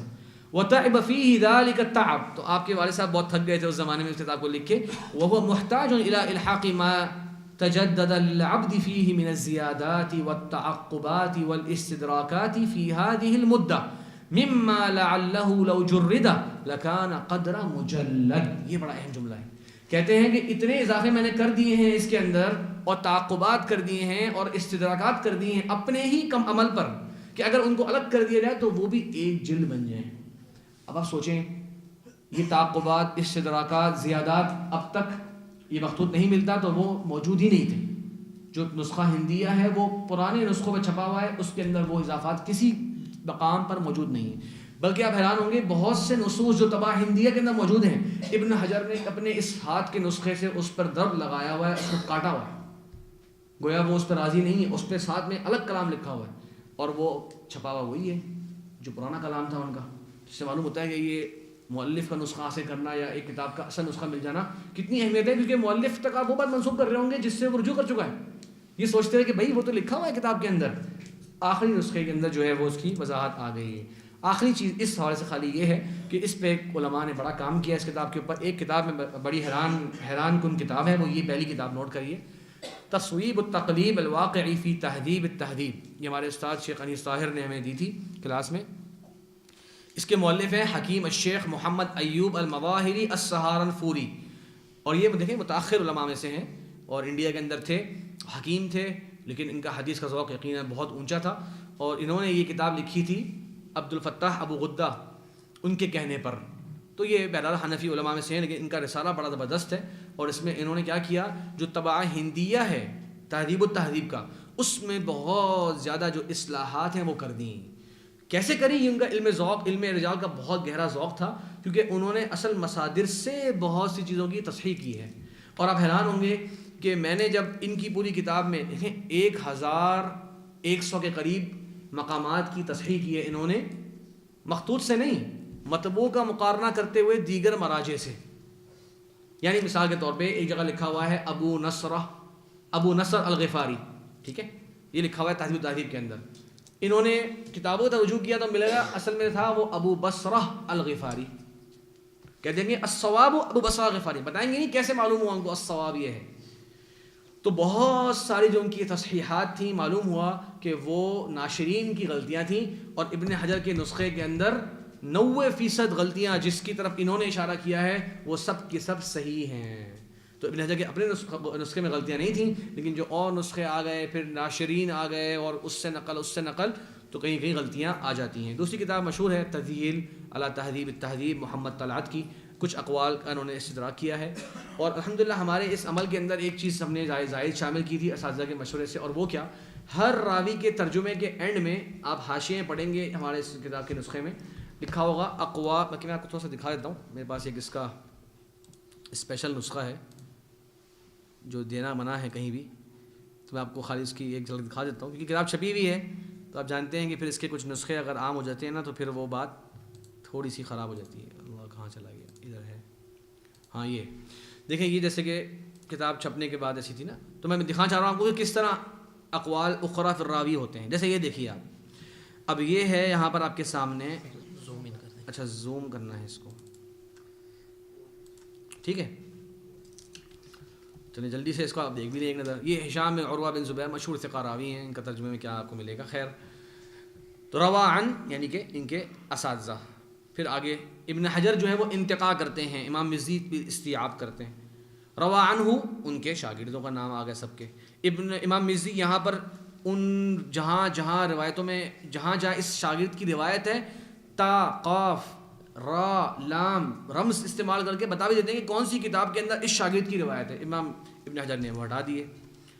اچھا، اب یہاں پہ اقوال الجرح و تعدیل شروع ہو گئے، دیکھ رہے ہیں. تو یہ نیچے جو کام ہے نا سارا، اس پنک لائن کے نیچے یہ ہمارا اس میں تحقیق کا کام ہوتا ہے، اس کی اصل کتاب کی طرف رجوع کرنا، اور اگر کہیں کوئی اختلاف ہے تو اس کی جو ہے وہ وضاحت کر دینا. جیسے مثال دیتا ہوں آپ کو، یہ دیکھیں لکھا ہے وہ ابو زکریہ یحییٰ بن محمد بن قیس. اب میں زکریہ کو لکھا ہوا ہے میں نے بین معقوفتین، اشارہ ہے کہ یہ ہماری طرف سے کچھ اضافہ ہے. اس میں کوئی اختلاف ہے، کچھ محققین کہتے ہیں بھائی غلط کو رہنے دو اور حاشیے میں وضاحت کر دو، کچھ کہتے ہیں نہیں غلطی کی تصحیح کر دو اگر وہ واضح طور پہ غلطی ہے. جیسے کہ یہ زکریہ ہے، کیا ہے اصل میں بھی اور ایک اور نسخے میں بھی جو ہے وہ زکریہ آ گیا، صحیح کیا ہے زکیر، یعنی وہ ابو زکیر. اچھا، ہم نے جو ہے نا غلطی کو رہنے دیا اور معقوفتین لگا دیے تاکہ پڑھنے والا کی توجہ جائے نیچے حاشیے کی طرف اور وہ پڑھ لے. کما فی کتب التراجم التی ترجمت لہو. اب یہ میں نے حوالہ دے دیا ان تمام کتابوں میں، حتیٰ کہ تقریب التہذیب میں بھی امام ابن حجر نے ذکر کیا لقبہ ابو زکیر. ٹھیک ہے، چلیں خیر، یہ تو ایک ویسے ذکر آ گیا. میں آپ کو دکھانا چاہ رہا تھا کہ جو اقوال اخرى فی الراوی ہیں وہ کیا ہیں. اب یہ بہت لمبا ترجمہ ہے ان کا، بہرحال مشہور ثقہ راوی ہیں. اچھا، اب آپ دیکھیے اس میں اگر کہیں کوئی حدیث آتی ہے تو وہ بھی دکھا دوں میں آپ کو، میرے خیال سے آ جائے گی. چلیں حدیث، ہاں چلیں اچھا ہو گیا آگے حدیث. یہ ہے جیسے لکھا ہوا ہے لم یکن احد یرفع حدیث ام زرع غیرہ. ٹھیک ہے، یہ لکھا ہوا ہے. اب یہ حدیث جو ہے یہ مختلف فی رفعی وقفی ہی ہے. ابن حجر نے ذکر کیا ہے کہ مرفوع جو ہے وہ فی الصحیحین، مشہور سنا ہوگا، مشہور روایت ہے کنت لکی کا ابی زرع لام زرع، اللہ رسول نے فرمایا تھا عائشہ رضی اللہ عنہ کو. وباقیہ من قول عائشہ. پھر یہ تھوڑا سا نا آپ پھر تخریج کر لیتے ہیں اس کی بتانے کے لیے کہ بھائی صحیح بات کیا ہے. اچھا، اب دیکھیے یہ کہہ رہا تھا آپ کو میں اقوال اخرى فی الراوی. یہ دیکھیں، اب یہ قول جو ہے یہ ابن حجر نے ذکر نہیں کیے اور اکثر یہ امام مغلطانی نے ذکر نہیں کیے، لیکن ہم لوگوں نے ماشاءاللہ ایسا نہیں سمجھیے کہ آپ کو کتب و رجال کو چھان مارا ہم لوگ بھی جو آج کل کے برامج ہوتے ہیں شاملہ، جوامع الکلم، انہی کے مدد سے جو ہے وہ کتب تک پہنچتے ہیں. ٹھیک ہے، تو بس وہ سرچ کرنے کے بہتر سے بہتر طریقے انسان اپلائی کر سکتا ہے، لیکن بہرحال انہی کی کتب سے ہم نے اسی طرح سے جو ہے کو جمع کیا. اب دیکھیں قال العجلی وکان ثقۃ لم یروی ہشام بن عروہ عن ابن سیرین شیئا انما یرسل عنہ. یہ اہم نقل ہے کہ اگر آپ کو ہشام بن عروہ کی روایت ملے گی ابن سیرین کی تو وہ مرسل ہے، یعنی کہ بمعنی منقطع ہے، ان سے سماع یا روایت ثابت نہیں ہے. وقال العجلی ایضا لم يكن يحسن يقرأ كتبه كتبت عنه 3 مجالس. اس طرح ہے. ابن حجر نے ان کے بارے میں کہہ دیا ثقۃ فقیہ وربما دلس. تو اس طرح کے کچھ اقوال، تاکہ اس کے کتاب کے پڑھنے والے کو ہماری کوشش ہے کہ بہت اور کتابوں کے رجوع کی طرف ضرورت نہ پڑے. جو اہم مؤثر اقوال ہیں جرحا و تعدیلا، یاد رکھیے گا مؤثر اقوال ذکر کیے بالاستیعاب نہیں، جہاں ضرورت پڑی. اس طرح کا بہرحال یہ ایک رسالے پر کام ہوا. ٹھیک ہو گیا. یہ کچھ اور بھی کتابیں ہیں جو اس پہ کام کرتے ہیں. چلیں آگے بڑھتے ہیں. یہ ایک ایسی قول ہے آپ لوگ کی تنشید کے لیے. ہاں ہے کیا لکھا ہوا ہے؟ من استکان قلبه للعلم وذاق لذته وطابت نفسه به لا تعجب ان يدعو بما كان يدعو به والد ابی محمد الجوینی. ابو محمد الجوینی مشہور ہیں، جن کی الورقات کتاب بھی ہے، آپ سب کے علم میں ہے، اور بہت بڑی بڑی کتابیں بھی ہیں ان کی فقہ شافعی کے اندر. امام الحرمین کے لقب سے مشہور تھے. وہ ان کے جو والد تھے وہ قنوت میں یہ دعا کرتے تھے اللہم لا تعقنا عن العلم بعائق. اے اللہ کسی بھی رکاوٹ سے ہمیں، علم کی راہ میں جو رکاوٹ ہو یا اللہ ہمیں اس سے نہ روک دینا. ولا تمنعنا عنہ بمانع، اور کوئی بھی مانع نہ آ جائے ہمیں علم کی راہ میں.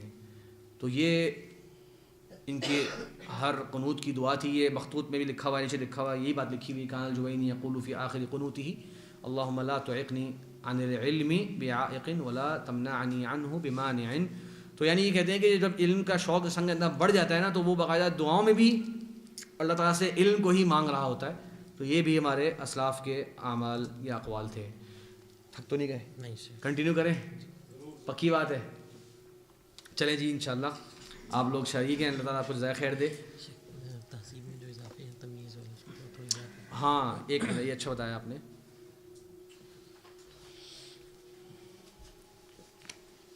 اچھا ایک چیز جو ہے نا میں آپ کو آسانی سے آ جائے گا. اچھا ایک چیز میں آپ کو بتا دوں. یہ تو دیکھیں یہ ہم نے رموز لکھے ہیں، ٹھیک ہے. یہ کتب ستہ کی جو کتابیں ہیں وہ، اور جو زوائد ہیں امام مزی نے جن کتابوں سے ان سب کے نا یہ رموز ہوتے ہیں، سمجھتے ہیں آپ. یہ نوٹ کریں، آپ کتابوں کے نام دیکھیں. یہ تو بڑے مشہور ہیں، سب چیزیں ہو گئیں. اب دیکھیے بخاری تعلیقاً کا خا تا خط پڑھ لیتے ہیں اس کو. ادب المفرد بخ جزء فردین. تو یہ رموز ہر نام کے ساتھ جب آئیں گے آپ سمجھ جائیں گے کہ اس راوی کی روایت ان کتابوں کے اندر موجود ہے. تو یہ ساری دیکھیں امام ابو داؤد کی، ہمیں تو خالی سنن ابو داؤد کتاب ذہن میں ہوتی ہے. دیکھیں کتنی کتابیں ہیں ان کی. المراسیل ہے، کتاب القدر ہے، الناسخ منسوخ ہے، تفرد ہے، فضائل الانصار ہے، مسائل ہے، مسند مالک ہے. امام نسائی کی کتنی کتابیں ہیں، الیوم واللیلہ، مسند مالک، خصائص علی، مسند علی. یہ سب ان ائمہ کی کتابیں ہیں. اچھا میں بتانا یہ تھا کہ شیخ نے اشارہ کیا اس طرف کہ کچھ روات ابن حجر رحمہ اللہ ذکر کرتے ہیں. یہ دیکھیں نام سے پہلے لکھا ہوا ہے صاد دال، ٹھیک ہے. یہ قاف ابن ماجہ کا رمز ہے. اسی طرح قاف خا بخاری اربعہ مطلب سنن اربعہ کے اندر. اس طرح سے آپ کو پہچان ہو جائے گی کہ اس راوی کبھی کبھی پہچان نہیں ہو پا رہی ہوتی کہ یہ وہی راوی ہے کوئی اور راوی ہے. تو رمز سے ایک اندازہ ہوتا ہے پہچاننے کا. یہ نوٹ کریں آپ لوگ. یہ لکھا ہوا ہے قلت وخلیفہ ابن حبان وقال احمد منصور. یہ سب قلتو کے بعد جو ہے یہ ابن حجر کے اضافے ہیں. اور میں نے آپ کو ایک بات بولی ہے، نوٹ کر لیجئے گا کہ تقریباً 90 قلتو کے بعد کے جو اضافے ہیں وہ امام مغلطائی رحمہ اللہ سے ہی ذکر کیے ہیں. اور یہ اس کا وہ اقرار کر چکے ہیں مقدمے کے اندر کہ میری اس کتاب کے اندر ان 2 کتابوں کا ہی زیادہ تر اختصار ہے، تو اس میں کوئی عیب کی بات نہیں ہے.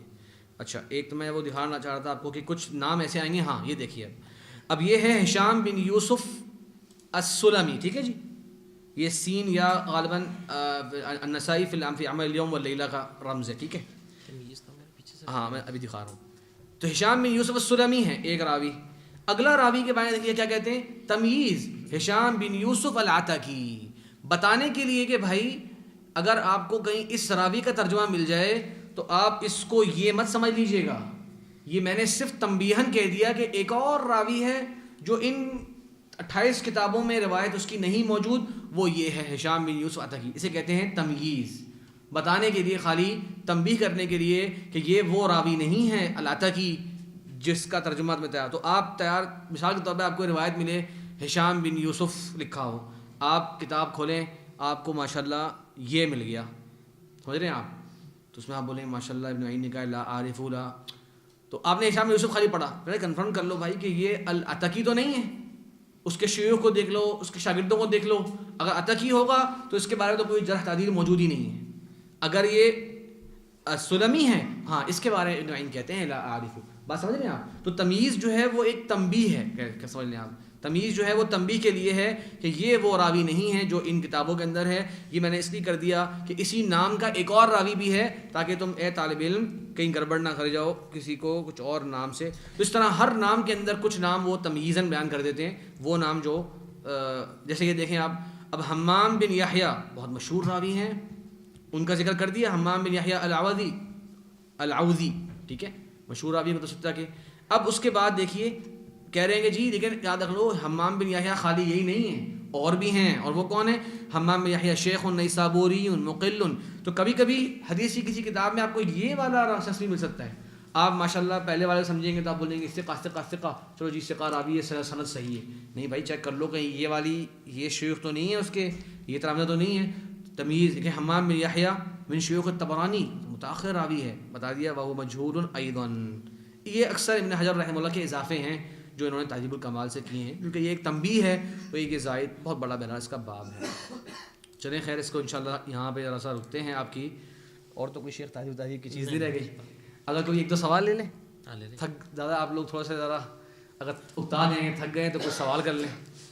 اب تک جو بات ہوئی اس کے بارے میں کوئی چیز سمجھ نہ آئی ہو، خاص طور پہ اگر تیزی سے گزر گئے ہوں، یا کوئی فاضل شیخ میرے شیخ نے بتایا، میری بہت شرمندگی بھی ہو رہی ہے کہ کچھ مشائخ اور اساتذہ بھی یہاں موجود ہیں، میں تو اپنے آپ کو اس کا بالکل اہل نہیں سمجھتا کہ وہ میری اس مجلس میں آئیں، لیکن میں شاید سمجھتا ہوں کہ وہ ابن حجر کا نام سن کے آئے ہیں اور ان کے فضل کی وجہ سے آئے ہیں، تو چلیں پھر انشاءاللہ ان کا آنا صحیح ہے. تو اگر کچھ اضافہ کرنا چاہیں، کوئی تنبیہ کرنا چاہیں تو میں 2-3 میں خاص رائے لے لیتے ہیں، 5 منٹ کا وقفہ بھی ہو جائے گا.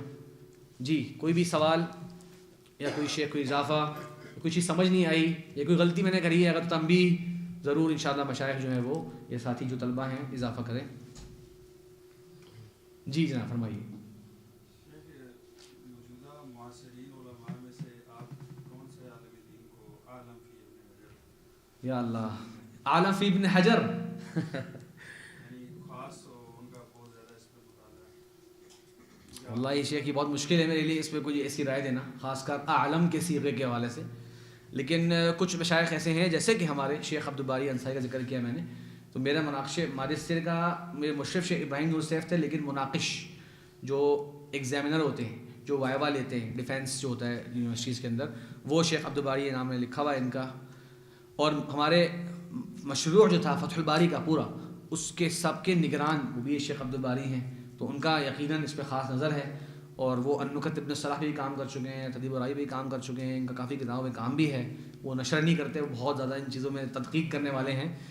تو وہ اور شیخ ابراہیم نور سیف جو میرے ماجسٹر کے مشرف تھے، ان کی باقاعدہ کتاب ہے نخبۃ الفکر کے اوپر 150 صفحات کی، پوری اس کی دراسہ تاریخ، کتنی شروحات لکھی گئی ہیں، کتنا اس پہ کام ہوا ہے، بڑی تفصیلی انہوں نے جو ہے باقاعدہ ایک بحث جو ہے وہ نشر کی ہے.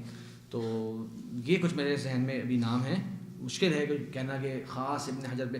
ہاں ایک کتاب بڑی زبردست میرے ذہن میں آ گئی آپ کے سوال سے، اور وہ ہے تحفۃ اللبیب فی معرفت کلام ابن حجر خارج التقریب، اس طرح کے نور الدین الوصابی، یہ یمن کے عالم ہیں. یہ بڑی زبردست کتاب ہے. اس کا تعلق ہے اس سے جو میں نے آپ کو دکھائے تھے تواریخ. اس میں کیا کیا انہوں نے، دیکھیں ابن حجر کے تہذیب التہذیب جب انہوں نے لکھ لی نا، تو پھر اور بھی کچھ محبین آئے، انہوں نے کہا حضرت جی آپ نے اتنے سارے اقوال لکھ دیے ہیں، ثقہ ضعیف، تو ہمارے ہاں تو آج کل بھی تھوڑی ٹریڈنگ چلتی ہے طلبہ کی، کیا خلاصہ ہے اس کا. تو ابن حجر نے وہ بھی کر دیا کہ اپنا جو ان کی رائے ہے اس راوی کے بارے میں خلاصہ وہ بھی ذکر کر دیا ہے تقریب التہذیب میں.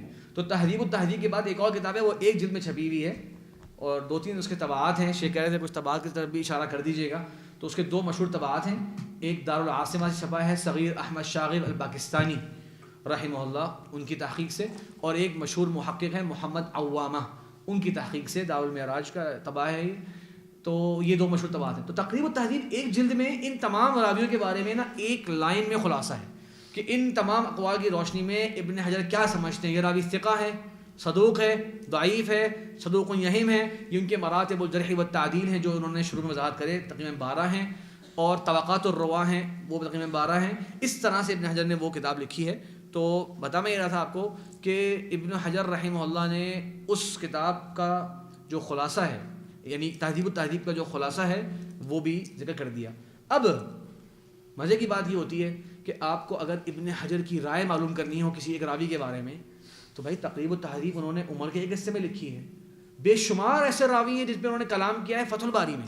بے شمار ایسے راوی ہیں جن پہ انہوں نے کلام کیا ہے مثال کے طور پہ تغلیق التعلیق میں یا تلخیص الحبیر میں یا نتائج الافکار میں. یہ ان کی مشہور کتابیں ہیں، اس میں کچھ روات پہ کلام ملتا ہے. تو انہوں نے کیا کیا، نور الدین الوصابی نے 2 جلدوں کی کتاب ہے، زبردست کتاب ہے، تحفۃ اللبیب. آپ تحفۃ اللبیب نوٹ کر لیجئے، باقی پورا لمبا سا نام اس کا ہے، اللہ عالم. یہ کہ بمن تکلم فیہم الحافظ ابن حجر فی الرجال خارج التقریب. تو نے کیا کیا کہ ابن حجر کے تقریب التہذیب کے قول کو لیا، اور اگر جو دیگر کتابیں ہیں یعنی ابن حجر کی جو اور کتابیں ہیں اس میں ابن حجر کے اسی راوی کے بارے میں اگر کچھ اور اقوال ملتے ہیں تو وہ بھی آپ کو لا کے دے دیے کہ اے طالب علم ابن حجر کے کم از کم خلاصے پر اعتماد کرنے سے پہلے یہ جان لو کہ ابن حجر کے خلاصے بھی ایک کتاب سے دوسری کتاب میں مختلف اور تبدیل ہو سکتے ہیں. تو اس طرح کی کتاب جو ہے یہ بڑی مفید کتاب ثابت ہوئی، یعنی کہ جزاک اللہ خیر. یہ بھی تحفۃ اللبیب بمن تکلم فی من حجر بن الرد خارج تقریب، نور الدین الوصابی. پورا نام تم کا یہ ہے، ابو عمر نور الدین بن علی ٹھیک ہے الوصابی. تو اس میں آپ دیکھیں گے مثال کے طور پہ پہلا راوی کا ذکر کریں گے، بہت سارے راوی ہیں. اب قتادہ کا راوی کا ذکر آ گیا، بہت لمبا کلام ہے ان کے اوپر، تدلیس ہے یا نہیں ہے، کون سے مرتبے کے ہیں، اور تدلیس ہے یا ارسال ہے. بہرحال میں اس پہ نہیں جانا چاہ رہا. چلیں، کثیر بن مرہ، ٹھیک ہے، یہاں پہ کہتے ہیں تقریب میں ثقہ. ان کی ایک اور کتاب ہے المسدد فی دال المسند احمد، اس میں کہتے ہیں تابعی ثقۃ بالاتفاق. ایک اور کتاب میں کہتے ہیں رجالہ ثقات، یہ ذرا عموم ہو جاتا ہے. ایک اور جگہ کہتے ہیں جہلہ ابن حزم وعرفہ غیرہ فقد وثقہ ابن سعد وروى عنہ جماعہ واحتج به النسائی التلخیص کے اندر. تو کہیں تفسیر مل جاتی ہے آپ کو، کہیں اپنی رائے سے رجوع بھی کر لیتے ہیں، تو تاکہ ایک طالب علم کو پتہ ہو. اور اس کے بعد آپ کو معلوم ہوگی اہمیت تواریخ الکتاب کی، تاکہ آپ کو معلوم ہو جائے پہلی کتاب کون سی لکھی گئی ہے، آخری کون سی لکھی گئی ہے. کہیں آپ پرانے کو رجوع نہ قرار دے رہے ہوں بعد والی قول سے. بات سمجھ رہے ہیں؟ تو تھوڑا سی بہرحال ذرا دلچسپی کی چیز ہے. اگر آپ کو کسی راوی کے بارے میں قول تلاش کرنا ہونا تو ابن حجر کا تقریب میں پڑھا کریں. اور سب سے اچھی بات بتاؤں کیا ہے، وہ اساتذہ پریکٹس کراتے بھی ہیں. مجھے امید ہے کہ جو طلبہ حدیث پڑھتے ہیں، علم و رجال خاص طور پہ، ان کے اساتذہ اسی طرح پریکٹس کراتے ہیں. جب آپ ضوابط الجرح والتعدیل پڑھ لیں، اچھی طرح سے کتاب سمجھ لیں، خاص کر اکثر جب وہیں پڑھائی جاتی ہے کتاب جو ہمارے مدینہ منورہ کے بڑے مشہور عالم تھے شیخ عبدالعزیز عبداللطیف رحمہ اللہ، ان کی کتاب ہر جگہ پڑھائی جاتی ہے عام طور پہ. جب وہ پڑھ لیں نا تو سب سے بہترین اس کی تطبیق یہ ہوتی ہے، پریکٹیکل علم ہے یہ، کہ آپ ان ضوابط کی روشنی میں تہذیب و تہذیب کو کھولیں اور خود سے اس راوی کے بارے میں خلاصہ نکالیں. جب آپ ایک خلاصے پہنچ جائیں گے ان جرح تعدیل کے ضوابط کا استعمال کرتے ہوئے، پھر اب اپنا کام چیک کرنے کے لیے علامہ ابن حجر کی کتاب التقریب کو کھول لیجئے، یا امام ذہبی کی کتاب الکاشف، اس میں بھی اکثر خلاصے موجود ہیں، ایک رائے موجود ہے، اس کو کھول لیجئے تاکہ آپ کو لگے کہ آپ کا عمل ائمہ کے عمل کے مطابق ہے یا آپ نے کوئی بہت دور کی جو ہے وہ ترجیح کر بیٹھے ہیں جو ائمہ کے مخالف جا رہی ہے. تو یہ تدریب کرانے کا ایک طریقہ ہوتا ہے. تو بتانا چاہ رہا تھا کہ اس طرح کی تدریب اگر آپ کر رہے ہوں تو اس قسم کی کتابوں کی طرف رجوع کرنا بھی بڑا آپ کے لیے مفید ہوگا. اور بہرحال کتابیں ہیں تحریر و تقریب تہذیب بھی ہے، یہ دکتر بشار عواد اور شیخ شیبر نابود نے امام ابن حجر کے جو خلاصے ہیں، کہیں کہیں اگر ان کو اس سے اختلاف ہوا ہے تو انہوں نے پوری کتاب لکھی تحریر و تقریب التہذیب، اس کو بھی ساتھ رکھ لیجیے. امام شیخ بڑے عالم اس وقت کے حدیث کے ماہر الفحل، انہوں نے جہاں دیکھا کہ بھائی یہ دو اساتذہ جو ہیں شیخ بشار عواد اور شیخ شیبر نابود، ان کو غلطی لگی ہے حافظ ابن حجر کا تعاقب کرتے ہوئے، انہوں نے ان کا تعاقب کر دیا کشف الایہام کر کے، لما تدبر تحقیق من الاوہام. ٹھیک ہے، اور بھی اس پہ ایک اور کتاب بھی آئی گی. بہرحال یہ چیزیں کہیں کہیں جو ردود ہوتے ہیں نا، اس کو طالب علم کو بہرحال اچھے محمل پہ لینا چاہیے. خاص کر جو علمی ردود ہوتے ہیں ان سے کوئی گھبراہٹ یا پریشانی نہیں ہونی چاہیے. ابن حجر رحمہ اللہ کے بہت سخت منافس رہے ہیں امام عینی، یہ تو ذکر ہی نہیں آیا، بین العینی و ابن حجر. بڑا سخت آپس میں منافسہ تھا، ایک دوسرے پر رد بھی کر دیے بہت زیادہ، ایک دوسرے کو چھیڑ بھی دیتے تھے، بڑے بڑے اقوال کر دیتے تھے. اور مزے کی بات یہ کہ ابن حجر رحمہ اللہ نے جب کتاب لکھی فتح الباری 25 سال میں لکھی کتاب، تھوڑا سا آگے آئے گا، تو ایک ولیمہ بلایا. ولیمہ سے بعد شادی کا ولیمہ نہیں، مطلب کھانے کی دعوت دی. عرب میں ولیمہ عام کھانے کی دعوت کو بھی کہہ دیتے ہیں. فدعا بولیمۃ کبیرہ، بہت بڑی انہوں نے دعوت کری کہ بھائی آج فتح الباری پوری ہو گئی ہے. اور امام عینی بھی اس پروگرام میں آئے ہوئے تھے، جو کہ امام عینی نے فتح الباری سے 2 3 4 پیج پورے نقل کیے ہوئے. وہ لمبی کہانی ہے دونوں تقابل کی. تو جو تھوڑے سے کچھ حنفی علماء ہوتے ہیں جیسے کہ محمد زاہد کوثری صاحب جو ہیں، وہ کہتے ہیں کہ ابن حجر کی کتاب کی زبردست قیمت اس لیے بنی کیونکہ انہوں نے امام عینی سے کچھ لے لیا تھا. یہ ایک الگ ہی کہانی ہے، ٹھیک ہے. چلیں وہ کہ اور نہ نکل جائیں ہم لوگ. خیر بتائیں یہ تھا کہ ابن حجر کے شاگرد جو تھے وہ کہتے ہیں کہ کیا کہتے ہیں کہ اس ولیمے کے بارے میں شاید لے کر آؤں گا، وہ قول شاید آگے آ جائے گا. تھوڑا پہلے کر دوں، اب ذکر کر دیا تو پورا کر لیتے ہیں. ہاں یہ میں نے ذکر کیا. دیکھیں یہ ایک علاقہ ہے قاہرہ کے اندر حی الشرابیہ کے نام سے. یہ آج اس کی تصویر ہے، ایک شیخ صاحب نے ذکر کری. تو کہتے ہیں کہ یہاں پر جب عینی آئے نا تو ان کے ایک شاگرد نے کہا عین علی الولیمہ، ایک آنکھ کھانے پر ہے، وعینی علی العینی، اور میری آنکھ جو ہے نا وہ امام عینی کو دیکھ رہی ہے. امام ابن عینی تو ولیمے میں آئے ہوئے ہیں لیکن میری آنکھیں جو ہے نا وہ ان کو دیکھ رہی ہیں. کیوں کیسے آ گئے یہ آج کے دن، جبکہ یعنی کہ باقاعدہ ابن حجر نے جو اعتراضات کیے امام عینی نے اس کے اوپر کتاب لکھی ہے، انتفاض الاعتراض اور رد انتفاض الاعتراض، لمبا یہ باب ہے. چلیں میں بتایا چاہتا آپ کو کہ کچھ کہیں جو کچھ کہتے ہیں نا کچھ کتابیں پکتی ہیں نا، جب اس پہ رد آتا ہے، تعاقب آتا ہے، تو کہیں اس کی قیمت بھی ظاہر ہو جاتی ہے. چلیں پھر ہم آگے بڑھتے ہیں. تھوڑا سا ذرا انشاءاللہ نشاط آپ کا آ گیا ہے. جی شیخ نہیں، شیخ صاحب نے نشر نہیں کری کتاب کی اور دیتے بھی نہیں ہیں. نہیں میرے پاس بھی نہیں ہے. شیخ صاحب ان چیزیں بہت سخت ہیں. آپ تو خاص ہیں. نہیں شیخ کا خاص ہونا بہت مشکل ہے، بہت مشکل ہے. میں نے ذکر کیا تھا ایک جگہ ایک پروگرام کے اندر، ہمارے شیخ عبدالباری جو ہیں اصل میں وہ اپنے والد کے مکتبے کو روزانہ کھولتے ہیں اثر سے اشادہ طلبہ کے لیے، جو کہ شیخ حماد انصاری تھے، اور اس سے مخطوطات بھی ہیں بہت نادر. کیونکہ شیخ حماد انصاری جو ہیں وہ جامعہ اسلامیہ کی طرف سے دنیا بھر میں جایا کرتے تھے مخطوطات جمع کرنے کے لیے. اور ایک عالم بڑے آئے تھے جامعہ اسلامیہ، اور میں یہ شیخ عبدالباری نے بتایا، تو انہوں نے جامعہ کی جو لائبریری دیکھی نا تو اس میں جو مخطوطات ملے، قلمی نسخے، مینوسکرپٹس جسے ہم کہتے ہیں، ان کو دیکھ کے اس عالم نے کہا کہ یار یہ نسخے انتہائی قیمتی اور نفیس نسخے ہیں، ایسے نہیں ہے کہ بس بھر دیے لاگے، یہ کیسے؟ تو جو لائبریری کا جو ذمہ دار ہے جامعہ اسلامیہ میں مدینہ منورہ میں، اس نے کہا کیونکہ ان مخطوطات کو جمع کرنے کے لیے جامعہ اسلامیہ نے حماد انصاری جیسے لوگ جو ہے روانہ کیے تھے، وہ دنیا بھر میں گھوم کے انہوں نے جمع کیے ہیں. تو شیخ صاحب کیا کرتے تھے، ایک نسخہ جامعہ کے لیے کروایا کرتے تھے کاپی، پھر اپنے ذاتی پیسوں سے ایک نسخہ اپنے لیے بھی کاپی کروا لیا کرتے تھے. تو اس لیے ان کے ذاتی مکتبے کے اندر بہت نفیس نسخے ہیں. تو شیخ عبدالباری روزانہ ماشاءاللہ مکتبہ کھولتے ہیں، قسم مخطوطات الگ بھی ہے، اس میں مطبوعات پورا الگ ہے. اس مکتبے کے اندر 2 علم جو ہے نا وہ بالاستیعاب موجود ہیں اور باقی جو ہے وہ بالاختیار. وہ شیخ صاحب کہتے ہیں ہمیشہ 2 علم کے اندر آپ کو ہمارے مکتبے میں شیخ کہتے ہیں ہر کتاب ملنی چاہیے، جو شیخ صاحب کہتے ہیں. ایک علم حدیث، اس کی تمام فروع بمعنی کلمہ، اور دوسرا العقیدہ المسندہ. یہ ایک بڑا مظلوم باب ہے ہمارا، کیونکہ ہمارے یہاں تو عقیدہ جو ہے نا وہ بس تھوڑے سے مخصوص مسائل کا نام ہو کے رہ گیا. اور ماشاءاللہ میرے شیخ نے آج ہی خوشخبری سنائی کہ کچھ ماشاءاللہ مستند عقیدی کتابیں جو ہے ماشاءاللہ کچھ طلبہ ہیں ان میں شوق ہے، پڑھتے بھی ہیں، اور ہمارے یہاں عرب میں بڑا اس کا اہتمام ہے. تو کتب العقیدہ المسندہ جو ہیں یہ مشائخ ایک بہت عظیم باب ہے، سند کے ساتھ ہمارا جو عقیدہ ہے اہل سنت والجماعہ کا وہ مروی ہے باقاعدہ. تو شیخ کہتے ہیں یہ 2 فن میں کتابیں ہمارے مکتبے میں ضرور ملیں گی. خیر کتابوں کے بارے میں بات کر رہا تھا، شیخ نے کہا نا کہ آپ کو ملی ہوگی، تو شیخ بڑے سخت ہیں. آپ شیخ کے مکتبے میں بیٹھے ہوں، آپ کے ہاتھ میں کتاب ہو، اور ایک ہاتھ میں وہ ہر روزانہ چائے پیش کرتے ہیں طلبہ کو جو وہاں پہ آتے ہیں، اگر چائے آپ کے ہاتھ میں ہے اور کتاب بھی آپ کے ہاتھ میں ہے، آپ کو شیخ صاحب کا سخت جملہ جو ہے وہ فوراً سے سننا ملے گا. شیخ کہیں گے داعی الکتاب اترک الکتاب اولا اشرب الشائے ثم امسک الکتاب. کبھی بھی وہ جو ہے ایسا نہیں کرتے کہ چائے آپ پی رہے ہو اور آپ ایک کتاب دیکھ رہے ہو بیٹھ کے ان کے مکتبے کے اندر، جیسے ہم لوگ کو لگتا ہے بڑا اچھا لگ رہا ہے چائے پیتے ہوئے کتاب پلٹ رہے ہیں. کبھی بھی نہیں. ایک ایک کتاب کی بڑی حفاظت کرتے ہیں. ہر روزانہ ان کی کتاب کی صفائی کرنے کے لیے ایک لڑکا رکھا ہوا ہے انہوں نے، وہ ہر روزانہ صفائی کرتا ہے مکتبے کی. بہرحال لمبی باتیں ہیں، وہ شیخ کرتا تھا الحمدللہ میں، کیونکہ میرے دکتورا کے اندر یہ لکھا آپ کے سامنے، یہ میرا پی ایچ ڈی کا تھیسس تھا الحمدللہ. تو میرے مشرف شیخ عبدالباری انصاری تھے، تو ان کے مکتبے میں الحمدللہ 4 سال تک روزانہ جانا ہوتا تھا ہر ہفتے ملاقات کے لیے. تو اب اس کے بارے میں تھوڑا پڑھ لیتے ہیں. ابن حجر کی دوسری کتاب اچھا جی، یہ اس کا جناب آپ کے سامنے قلمی نسخہ آ گیا. اس میں آپ کو بڑی اچھی بات یہ ملے گی کہ اس میں یہ نسخہ تو کسی اور نے لکھا ہے اور تھا ان کے شاگرد کا نسخہ، لیکن اس کا عنوان جو ہے یہ ابن حجر کا اپنا خط ہے. ٹھیک ہے، تو آپ نے تھوڑا سا دیکھا ہے خط تہذیب التہذیب کا، تو آپ کو اندازہ ہو جائے گا، اور ہمیں بھی تھوڑا سا اندازہ ہے الحمدللہ، اور ہمارے اساتذہ کو اندازہ ہے. تو یہ ابن حجر نے اس کا عنوان خود لکھا ہے. نوٹ کریں کیا لکھا ہوا ہے، آنی نیچے دیکھیں کیا لکھا ہوا ہے. کتبہ ہوا ہے یہ للفقیر احمد ابن علی الاسقلانی. ہاں، للفقیر دیکھ رہے ہیں. تو یہ ابن حجر رحمہ اللہ نے اپنے ہاتھ سے لکھا.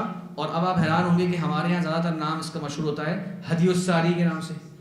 تو یہ ہمارے شیخ عبد الباری کا اس میں ایک آرٹیکل بھی ہے پورا اسی مسئلے کے اوپر. تو انہوں نے کہا کہ صحیح بات یہ ہے کہ اس کا نام ہدی الساری ہے. اس کی کچھ آگے باتیں بھی انشاءاللہ آئیں گی. تو یہ اس کا پہلا پیج ہے، اسے کہتے ہیں لوحہ، اور یہ اس کا آخری لوحہ ہے. اس میں آپ نوٹ کریں، اس میں سب لکھا ہے ابن حجر رحمہ اللہ نے اپنے بارے میں. اما بعد فقد قرأ علیہ جمیع هذا کتاب صاحب الامام العلامہ.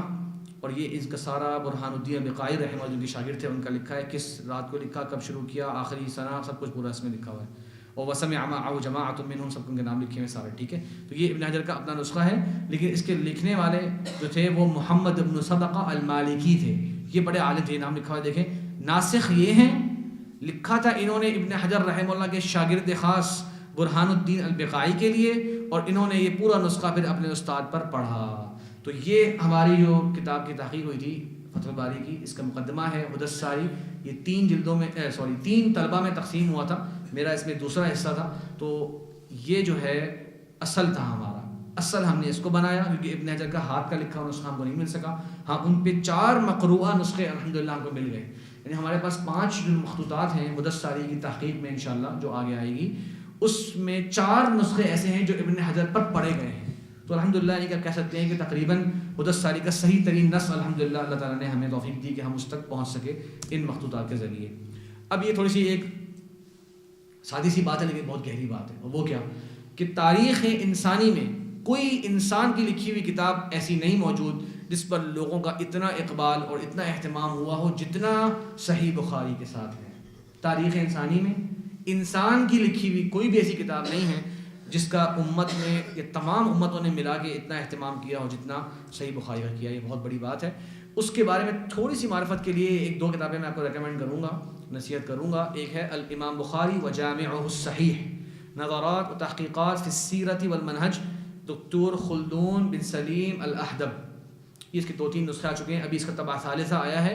امام بخاری اور صحیح بخاری کے حوالے سے بہت سارے جو متنازع مسائل ہیں وہ انہوں نے ذکر کیے ہیں، اور ایک جلد میں بہت نفیس کتاب ہے صحیح بخاری کے اوپر کام جو ہوا ہے. اور یہ دوسری کتاب ہے عنایت العلماء بصحیح مسلم. یہ صحیح مسلم کی ہے لیکن میں بتاتا ہوں میں نے ذکر کیوں کیا ہے اس کو. یہ شیخ نظر فریابی ہیں، اصل افغانستان کے ہیں اور سعودی عرب میں ہی رہتے ہیں. انہوں نے کتاب لکھی ہے، اس میں تمام صحیح مسلم سے متعلق قصائد اور نکت اور فوائد اور حفظ اور نسخ اور شرح تعلیق، یہ سب صحیح مسلم کا جتنا امت نے اعتنا کیا وہ ذکر کیا. 450 کتابوں کا نام ذکر کیا انہوں نے جو امت مسلمہ نے لکھی ہیں صحیح مسلم سے متعلق، اور بعض ایسی ہیں جو مشترک ہیں بخاری مسلم کی. اور ابھی یہی شیخ کام کر رہے ہیں عنایت العلماء بصحیح البخاری پر. انہی کا اس وقت ایک مشروع چل رہا ہے، تو امید ہے کہ ماشاءاللہ وہ بھی ایک جامع بڑا مشروع ہوگا. اب آپ لوگوں سے ایک سوال آ رہا ہے. ہاں بھائی، یہ تھوڑا سا مشکل سوال ہے لیکن آپ کوشش کریں. یہ ہے ما هو اکبر شرح للجامع الصحیح للامام البخاری من حیث عدد المجلدات. سب سے بڑی شرح اب تک جو لکھی گئی ہے صحیح بخاری کی. کچھ طلبہ ماشاءاللہ شیلف دیکھ رہے ہیں، اس کا میں نے پہلے سے انتظام کر لیا ہے، شیلف پہ وہ کتاب نہیں موجود. تو بہرحال سب سے بڑی شرح جو ہے مجلدات کے اعتبار سے کسے پتہ ہے کہ وہ کون سی ہے؟ مشکل سوال ہے، آسان ہے، بتائیں. اچھا، پھر بھی کچھ آئیڈیا کریں، سوچیں، غور کریں. سب سے بڑی شرح صحیح بخاری کی، یعنی آج کے زمانے میں تو نسائی کی شیخ علی آدم اسیوبی رحمہ اللہ نے جو شرح کر دی، اور جامع الشروح، اس کے بعد مشکل ہے کون اس سے زیادہ اضافہ کرے گا. اسی طرح انہوں نے صحیح مسلم کی بھی شرح جو ہے وہ لکھ دی. اسی طریقے سے جامع ترمذی کی شرح تقریباً پوری کر چکے تھے لیکن 21 جلد تک پہنچے تھے. ابن ماجہ ان کی شروحات تو ہیں ہی سب سے لمبی. بہرحال بخاری پہ نہیں کرا انہوں نے کام, تو بخاری پہ آپ کے خیال میں سب سے لمبا سب سے بڑا کام کس کا ہے؟ کوئی ذہن میں نہیں آ رہا. کوشش المحاولہ, کوئی آخر سے کوئی بتائیں. شاید ابن ملقن کی قریب جو مطبوعہ ہیں اب تک ہمارے سامنے ہیں اس میں شاید یہ ہو صحیح, لیکن چلیں اب آپ کا جواب سامنے آئے گا. یہ ہے کتاب جناب, دیکھ لیجیے کہ نجاح القاری لصحیح البخاری, اور یہ متاخر ہیں, آپ نوٹ کر لیں 1167 اس میں ان کی وفات ہوئی ہے. مشہور تھے یہ شیخ الاسلام افندی زادہ, یعنی کہ یہ ترکیہ کے علماء میں سے ہیں. 30 جلدوں میں 30 اجزاء میں ہے اور یہ مخطوط ہے اور ابھی چھپ رہا ہے. اس کا ایک الیکٹرانک نسخہ چھپ چکا ہے, یعنی کہ نیٹ پر موجود ہے, آپ کوئی پیش کر سکتے ہیں, لیکن کتابی صورت میں ابھی یہ چھپ رہی ہے. آ گئی مارکیٹ میں, اچھا بہت زبردست خبر ہے. تو بہرحال یہ محمد توفیق تکلا انہی کی تحقیق کے ساتھ موسوعہ صحیح بخاری میں تو ہے, میں نے اس سے کچھ استفادہ بھی کیا ہے. ڈاکٹر تو علمیہ انہوں نے کر لیا کام. اچھا وہ تو ویسے ماشاءاللہ ہر جگہ پہنچ جاتے ہیں. اچھا یہ کیا ہے, آپ بہت زیادہ, میں نہیں کہوں گا کہ بہت زیادہ علمی گہری شرح ہے, لیکن ویسے یہ لطیف سا سوال تھا آپ کی ذرا توجہ ڈالنے کے لیے. میں نہیں کہوں گا کہ بہت زیادہ علمی اور گہری شرح ہے. اصل میں یہ 3 شروحات کا ایک خلاصہ ہے, اور وہ کون سی شروحات ہیں؟ فتح الباری, عمدۃ القاری اور ارشاد الساری امام قسطلانی کی. یہ 3 مشہور ترین شروحات ہیں صحیح بخاری کی. ان کا خلاصہ جو ہے انہوں نے کر دیا, اور 40 سال ان کو لگے. ان کے اپنا ہاتھ کا لکھا ہوا نسخہ استنبول کے مکتبۃ فاتح کے اندر مل گیا ہے, اور ابھی شیخ صاحب بتا رہے ہیں کہ یہ چھپ بھی چکی ہے, اور ایک اور دار جو ہے وہ ان کی تحقیق کے ساتھ اس کو چھاپ رہی ہے, محمد توفیق تکلا. ٹھیک ہے جی. تو نجاح القاری یاد رکھیے گا, افندی زادہ. یہ افندی نام جو ہے نا آپ کو جو ملیں گے نا, یہ اکثر ترکی نام ہوتے ہیں, ان کی اصل جو ہوتی ہے وہ اکثر ترک ہوتی ہے. یہ ان کا اپنا جو ہے وہ لکھا ہوا خط ہے. قد بدیا فی هذه القطعة الأخيرة التي هي تمام 30, یہ انہوں نے لکھا ہے بالکل آخر کے اندر, اور بتایا کہ جناب مجھے اس کے اندر 40 سال لگے پورے. ٹھیک ہے. اچھا جی, اب اس کے بارے میں تھوڑی سی بات کرتے ہیں. حستا آپ میں سے کوئی بیٹھا ہو بولے بھائی ہم نہیں مانتے بھائی حدث ساری, آپ نے خالی ایک دلیل دے دی, تو حدیث ساری ہے یا حدث ساری ہے؟ خلاصہ تو میں نے بیان کر دیا آپ کو, لیکن اس کے 4 وجوہات ہیں. ایک تو یہ کہ جیسے کہ پہلا پوائنٹ لکھا آپ کے سامنے, وہ یہی لکھا ہوا ہے کہ یہ دارالکتب ظاہریہ دمشق کا نسخہ ہے, جو کہ ابن حجر کے شاگرد برہان الدین البقاعی کا تھا, اور محمد ابن صدقہ المالکی اس کے لکھنے والے تھے, وہ بھی بڑے عالم تھے. تو اس میں ابن حجر نے خلاص اپنے ہاتھ سے لکھا اس کا عنوان, اور لکھا حدث ساری, اور ضمہ لگا دیا ہاں پر. ایک تو نقطہ یہ ہو گیا. دوسرا, ایک اور بھی نسخہ ہے دارالکتب مصریہ کا, اس میں بھی ابن حجر رحمہ اللہ نے اپنے ہاتھ سے لکھا ہے عنوان, اور اس کا نام لکھا ہے, دیکھیے, مقدمۃ شرح البخاری. یہ انہوں نے لکھا اپنے ہاتھ سے, ایک اور نام ہے اسی مقدمے کا. اور اس کے نیچے کسی اور نے لکھا ہے, اور وہ کیا لکھا ہے دیکھیے, وَسَمَّاهَا رَحِمَهُ اللَّهُ تَعَالَى كَمَا رَأَيْتُهُ بِخَطِّهِ عَلَى نُسْخَةٍ قُرِّئَتْ عَلَيْهِ حدث ساری. تو کاتب نے باقاعدہ ہا کے اوپر ضمہ لگایا ہوا ہے. سب مخطوطہ میں بس موجود ہیں, بس وقت کی کمی ہے, ویسے میں یہ نہیں دکھا پا رہا آپ کو. وَوَضَعَ كَاتِبُ ذَلِكَ ضَمَّةً عَلَى الْهَا. ایک اور یہ بات ہے.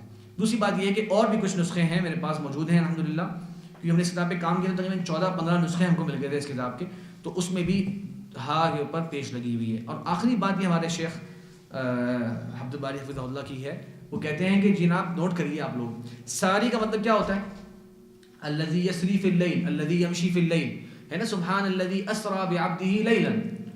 تو شیخ کہتے ہیں جو رات کے وقت میں چل رہا ہوتا ہے نا, اسے الہدی ہوتا ہے طریقہ, اور ہدا ہوتا ہے روشنی اور نور. تو جو رات کے وقت میں چل رہا ہوتا ہے نا, اس کو روشنی کی ضرورت پڑتی ہے, نہ کہ یہ کہ راستہ بتانے کی ضرورت. تو لغت کی مناسبت بھی جو ہے وہ زیادہ اس سے, اور قرآن کے اندر بھی اس کا موجود ہے.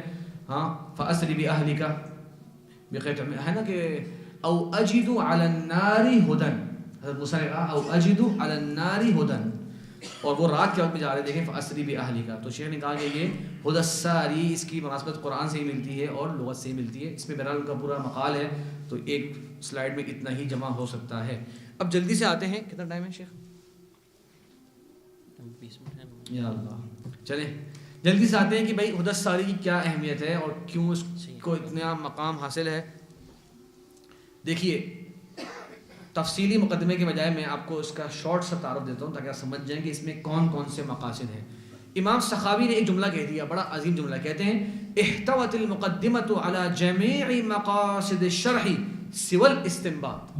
خالی احادیث سے جو فوائد استنباط ہوتے ہیں نا وہ نہیں ہیں، ورنہ صحیح بخاری کی شرح کے تمام مقاصد جو ہیں وہ اس کتاب کے اندر پورے ہو رہے ہیں۔ اب کیسے دیکھیے، شروع کرتے ہیں امام بخاری رحمہ اللہ مقدمے کو، امام ابن حجر رحمہ اللہ مقدمے کو شروع کرتے ہیں، سبب تالیف الامام البخاری جامعہ الصحیح، پھر صحیح بخاری کا موضوع بیان کرتے ہیں اور کیا مقاصد تھے امام بخاری کے، اور امام بخاری جو ہے وہ حدیث کی تقطیع کیوں کرتے ہیں۔ آپ جانتے ہیں کہ امام بخاری ایک ہی حدیث کو 4-5 ابواب میں لے کر آتے ہیں، اور جو باب کی مناسبت ہوتی ہے وہ جملہ رہنے دیتے ہیں، باقی جملے کبھی کبھار ختم بھی کر دیتے ہیں۔ تو تقطیع اور چیز ہے اور اختصار حدیث اور چیز ہے، اس سب پہ انہوں نے بات کری۔ پھر کہتے ہیں جو اس کے 8 مقاصد ہیں وہ ذکر کیے۔ پہلا مقصد نوٹ کر لیجئے مقدمے کا کیا ہے، وصل معلقات، جتنی بھی احادیث معلقہ ہیں صحیح بخاری میں ان سب کو موصول کیا ہے ابن حجر رحمہ اللہ نے ہدی الساری میں، گویا تغلیق التعلیق میں جو کام کر چکے تھے اس کو ہی مزید بہتر انداز میں پیش کیا ہدی الساری میں، پہلا کام۔ دوسرا، شرح الالفاظ الغریبۃ الواردۃ فی الصحیح مشروحۃ علی ترتیب حروف المعجم، تمام کلمات غریبہ، وہ کلمات جو عربی کے تو ہیں لیکن کم استعمال ہوتے ہیں، لوگوں کو اس کے معنی سمجھنے میں اشکال ہو سکتا ہے، اس طرح کے تمام کلمات جو ہیں وہ شیخ صاحب نے ذکر کیے اور ان کو حروف معجم کی طرح، ایک قاموس کی طرح، ڈکشنری جس طرح ہوتی ہے اس طرح سے مرتب بیان کیا، اور یہ بہت لمبی فصل ہے، میرے جو حصے میں وہ یہ بھی آئی تھی۔ تیسرا، فی بیان المختلف والمختلف، اجمد، احمد، سمجھ رہے ہیں، اجمد، احمد، اس طرح کے بہت سارے نام جو ہے، سلام، سلام وغیرہ وغیرہ، یہ پورا ایک فن ہے پورا۔ بیان المختلف والمختلف من الاسماء والکنى والالقاب والانساب، تمام صحیح بخاری میں جو راویان حدیث ہیں ان کے ناموں کے اندر اگر ان سے ملتے جلتے کچھ اور رواتیں بیان کر دی کہ وہ کیا ہیں، اور امام بخاری کے جو روات ہیں وہ کون ہیں۔ چوتھا مقصد، امام بخاری کے تمام شیوخ الذین اہملت نسبتہم، کسی کو پتہ کیا مطلب ہے اس کا، الذین اہملت نسبتہم، آپ میں سے کوئی بتائے گا؟ کہہ رہے ہیں کہ امام بخاری کے تمام ان شیوخ کی تعریف کری، ان کی وضاحت کری، الذین اہملت نسبتہم، الراوی المہمل سنا ہوگا آپ نے، اور الراوی المبہم، الفرق بین المبہم والمہمل پڑھا بھی ہوگا آپ نے، کوئی بتائیں گے آپ میں سے؟ جی جی، جو مطلقاً ذکر کیے گئے ہوں جس کی نسبت بصری یہ ذکر نہیں ہو، محمد وہ کون سا محمد مراد ہے؟ جی احسنت احسنت، یعنی کہ محمد نام دے دیے، حدثنا محمد، یہ امام بخاری کہتے ہیں حدثنا اسحاق بن الکوسج بھی ہیں، منصور الکوسج، اسحاق بن راہوی بھی ہیں، اور بھی ان کے 6-7 شیوخ ان کا نام اسحاق ہے۔ تو امام ابن حجر رحمہ اللہ نے جتنے بھی امام بخاری کے ایسے شیوخ ہیں جن کا انہوں نے پورا نام ذکر نہیں کیا، قرائن اور دلائل کے ساتھ اور بعض دیگر روایتوں کی طرف رجوع کر کے، صحیح بخاری کی، یاد رکھیے کہ جملہ، صحیح بخاری کی بہت سی روایات ہیں، روایت ابی ذر ہے، روایت ابی ذر جو ہے وہ 2 طرق سے ہم تک پہنچی ہے، ان کے بیٹے کے ذریعے، اور ایک ابو مکتوم کا نسخہ ہے وغیرہ وغیرہ، یہ بہت لمبا باب ہے۔ تو روایت ابی الوقت ہے اور بہت سی روایتیں، ان روایتوں میں کہیں کہیں کسی شیخ کا نام پورا بیان ہو جاتا ہے، تو امام ابن حجر رحمہ اللہ کے سامنے وہ سب روایات تھی جو کہتے ہیں کہ ابو ذر میں تو اسحاق ذکر ہوا لیکن ابی الوقت کے اندر آ گیا کہ اسحاق بن راہوی ہیں یہاں مراد، ٹھیک ہے۔ تو یہ بہرحال اس کے بڑے فوائد ہیں۔ تو جتنے بھی شیوخ امام بخاری کے، پوری اول کتاب سے آخر کتاب تک جہاں جہاں شیخ آپ کو ملے گا حدثنا اسحاق، اور آپ کا طالب علم سوال کر لیں، بولے استاد جی یہاں کون سا والا اسحاق مراد ہے، آپ ہدی الساری کھولیں، آپ کو بتا دیں گے کہ فی کتاب الطہارہ اسحاق جو ہے وہ فلاں ہے، کتاب الزکاۃ کے اندر اسحاق جو محمل ہے وہ فلاں ہے، محمد جو ہے وہ محمد بن عبداللہ سے ہے یا کوئی اور ہے، سب جو ہے اس کے اندر وضاحت موجود ہے۔ اسی طریقے سے تعین جمیع ما فی اسانید الصحیح ومتنہ من محمل ومبہم علی سیاق الکتاب، ان رجلا جاء الى النبي صلی اللہ علیہ وسلم، ان امرأة جاء اعرابی فبال فی طائفة المسجد، جاء رجل فقال اعدل یا محمد، یہ ساری جو ہمیں ملتے ہیں مبہم روات، ان کی تعیین کر دی امام ابن حجر رحمہ اللہ نے حدیث کے دیگر طرق کی طرف جا کر، اور آپ سمجھ سکتے ہیں جب وہ دیگر طرق سے تعیین کر رہے ہیں تو اس میں تصحیح تضعیف کا باب بھی ہوتا ہے، کہیں کچھ روایتیں صحیح بھی ہوتی ہیں، کہیں ضعیف بھی ہوتی ہیں، تو وہ ہمارے جو تھیسس کا جو ہمارا کام تھا اس میں شامل تھا کہ تمام جو احادیث ابن حجر ذکر کریں گے ان پر حکم بھی لگانا ہے۔ تو الحمدللہ اس بہانے ہمارے 500-700-800 حدیثوں کے اوپر جو ہے وہ تخریج کرنی پڑ گئی۔ وہ آپ سے میں ایسے ذکر کر رہا ہوں، ہم طالب علم ہونے کے ناطے، کیونکہ وہ ٹائم فکس ہوتا ہے اور ٹائم کم ہوتا ہے، تو جب مخطوط پڑھ ہوتے تھے تو دعا کرتے یا اللہ کوئی حدیث نہ آئے، یا اللہ کوئی حدیث نہ آئے، کیونکہ ایک حدیث آ گئی تو آپ کا ایک دن تو گیا، کیونکہ آپ کو اس پہ تخریج کرنی ہوتی ہے اور شیخ کو دکھانا ہوتا ہے اس کے طرق جمع کر کے وغیرہ. تو ہم جب پڑھ ہوتے تھے نا کتاب کا متن تو یہ دعا کرتے تھے کہ اچھی اچھی باتیں آتی رہیں جو آرام سے آگے بڑھتے جائیں. لیکن بہرحال یہ وہ سوچ ہوتی ہے اس وقت، کیونکہ ہمیں ایک ٹائم فکس ہوتا ہے اور دکتورہ کا رسالہ ہوتا ہے، یہ بہرحال ذہن میں چل رہا ہوتا ہے طالب علم کے لیے. اچھا 5ویں چیز کیا ہے یہ بتا دی میں نے آپ کو. 6ٹھی چیز بہت اہم ہے اور 7ویں چیز بہت اہم ہے. یہ 2 سب سے اہم فصول ہیں جو ہمارے تیسرے ساتھی تھے، وہ بہت ہی فاضل شیخ ہیں ماشاءاللہ، میرے بہت اچھے دوست شیخ عامر علی، اور یہ تہذیب التہذیب کی پہلی جلد کی تحقیق بھی انہی کی ہے، اور ان کے پاس یہ حصہ آیا تھا، اور وہ تھا الجواب عن الاحاديث المخرجة في الصحيح وانتقدها الحافظ ابو الحسن الدارقطني وغيره من النقاد فقد اجاب الحافظ عنها حديثا. آپ کے علم میں ہوگا کچھ لوگ یہ بات بیان کرتے بھی ہیں آج کے زمانے کے، بھائی صحیح بخاری کوئی قرآن تھوڑی ہے، اس میں تو کچھ حدیثیں ہیں، اس کو بعض علماء نے ضعیف کہا ہے. یہ جملہ بولتے ہیں لوگ ہمارے یہاں. اور کچھ تھوڑا سا زیادہ اگر علم کی دھال بٹھانا چاہے آپ کے سامنے تو بول دے گا جیسے کہ امام دارقطنی رحمہ اللہ نے بہت سی احادیث پر کلام کیا اور پوری کتاب لکھ دی التتبع کے نام سے، اور ایک اور کتاب لکھ دی الالزامات. چلے الزامات کا باب تو آپ جانتے ہیں، یلزمہم وہ تو الگ چیز ہے، وہ تو امام حاکم نے مستدرک بھی اسی لکھی تھی. لیکن التتبع بہرحال انہوں نے امام بخاری کے کچھ کلام کیا ہے روات پہ وغیرہ. یاد رکھیے گا اچھی طرح، امام دارقطنی رحمہ اللہ کے جتنے بھی اعتراضات ہیں صحیح بخاری کے اوپر، اس کے متن کے اوپر، حدیث کے متن پہ کلام کرنے کی آپ کو 4 5 6 سے زیادہ کوئی مثالیں ملیں گی. آج کے زمانے کا جو حدیثوں پہ اعتراض کرنے والا ہوتا ہے اس کے ذہن میں یہ ہوتا ہے کہ آپ کو بول دے بھائی بخاری کی 110 حدیثوں پہ اعتراض ہو گیا، گویا کہ امام دارقطنی نے کہا کہ یہ 110 حدیثیں میں نہیں مانتا، یہ حدیثیں قابل اعتبار نہیں ہیں، یہ عقل میں نہیں آتی، یہ سمجھ میں نہیں آتی. آج کا مخالف حدیث جو ہے یا منکر حدیث اس طرح کی بات پیش کرتا ہے عام لوگوں کے سامنے.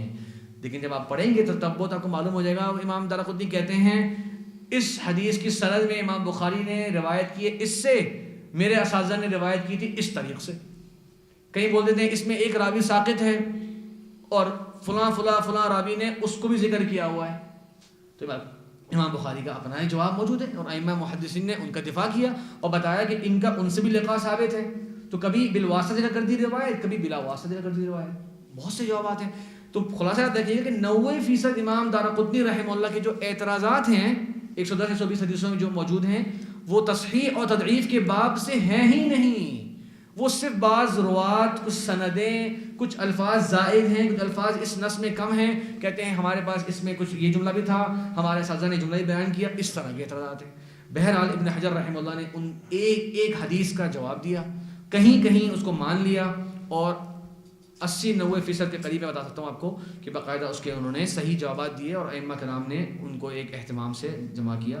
آخری جو بات ہے اس میں وہ یہ کہ ہاں ایک میں نے کہا یہ بہت اہم فصل ہے. دوسری، جتنے بھی صحیح بخاری کے رجال ہیں جن پر طعن کیا گیا ہے کہ یہ راوی صحیح بخاری کا تو ہے لیکن اس پہ کلام ہے وغیرہ وغیرہ، ان سب پر تمام کلام جمع کر کے اس کا جواب دیا ہے انصاف اور عدل کے ساتھ، اور امام بخاری کا عذر بیان کیا کہ کیوں انہوں نے اس راوی سے روایت لی. تو بہت سے روایت ایسے ہیں جو مختلف بھی ہیں، امام بخاری کی نظر میں وہ جو ہے ثقات ہیں.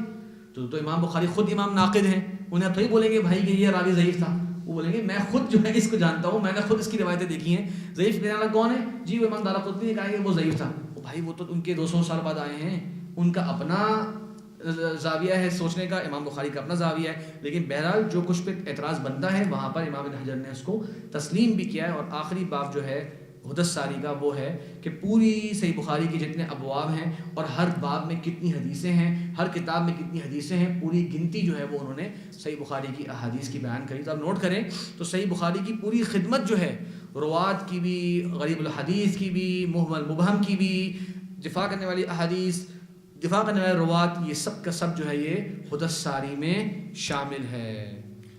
ویسے میں نے یہ قول لکھا ہوا ہے آپ کی تنشید کے لیے. امام بخاری رحمہ اللہ نے اپنے شاگرد محمد بن یوسف الفربری جو کہ صحیح بخاری کے ان کے راوی بھی ہیں اور ایک شاگرد سے جن سے انہوں نے روایت لی، سب روات انہی سے روایت کرتے ہیں. کہتے ہیں امام بخاری نے املا علیہ یومن، یعنی فربری کہتے ہیں اپنے استاد کے بارے میں کہ امام بخاری نے ایک دن املا علیہ یومن حدیثا کثیرا، ایک دن بہت زیادہ احادیث املا کروائیں. فخاف ملالی، تو انہیں لگا کہ میں تھک گیا ہوں لکھ لکھ کے، میں اکتا سا گیا ہوں. تو امام بخاری نے کہا طب نفسن، اپنے دل کو اچھا کر لو. فإن أهل الملاهي في ملاهيهم، کھیلنے والے اپنی کھیل کے میدانوں میں، وأهل الصناعات في صناعاتهم، اور کاروبار کرنے والے یا کچھ چیز بنانے والے وہ اپنی فیکٹریوں کے اندر موجود ہیں. والتجار في تجاراتهم، اور تاجر جو ہیں اپنی تجارتوں میں مشہور ہیں. وأنت مع النبي صلی اللہ علیہ وسلم وأصحابه، اور تم آپ صلی اللہ علیہ وسلم اور ان کے صحابہ کرام کے ساتھ ہو. تو جیسے کہتے ہیں نا، ان کی ایک ترغیب دلائی. اور یہ امام ذہبی نے سیر اعلام النبلاء میں ذکر کیا. تو شیخ رک جاتے ہیں، میرے خاص سے کچھ موضوع بھی کرنا ہوگا. اب پتہ نہیں آپ لوگوں کو کوئی ہمت ہے کہ آدھا گھنٹہ دے سکیں نماز کے بعد، یا فتح الباری کو چھوڑ دیں آج. شیخ انشاءاللہ نماز کے بعد آپ بہت بھاری ہو جائے. نماز کے بعد انشاءاللہ مختصر مجلس جو شیخ فتح الباری کو مکمل کریں گے.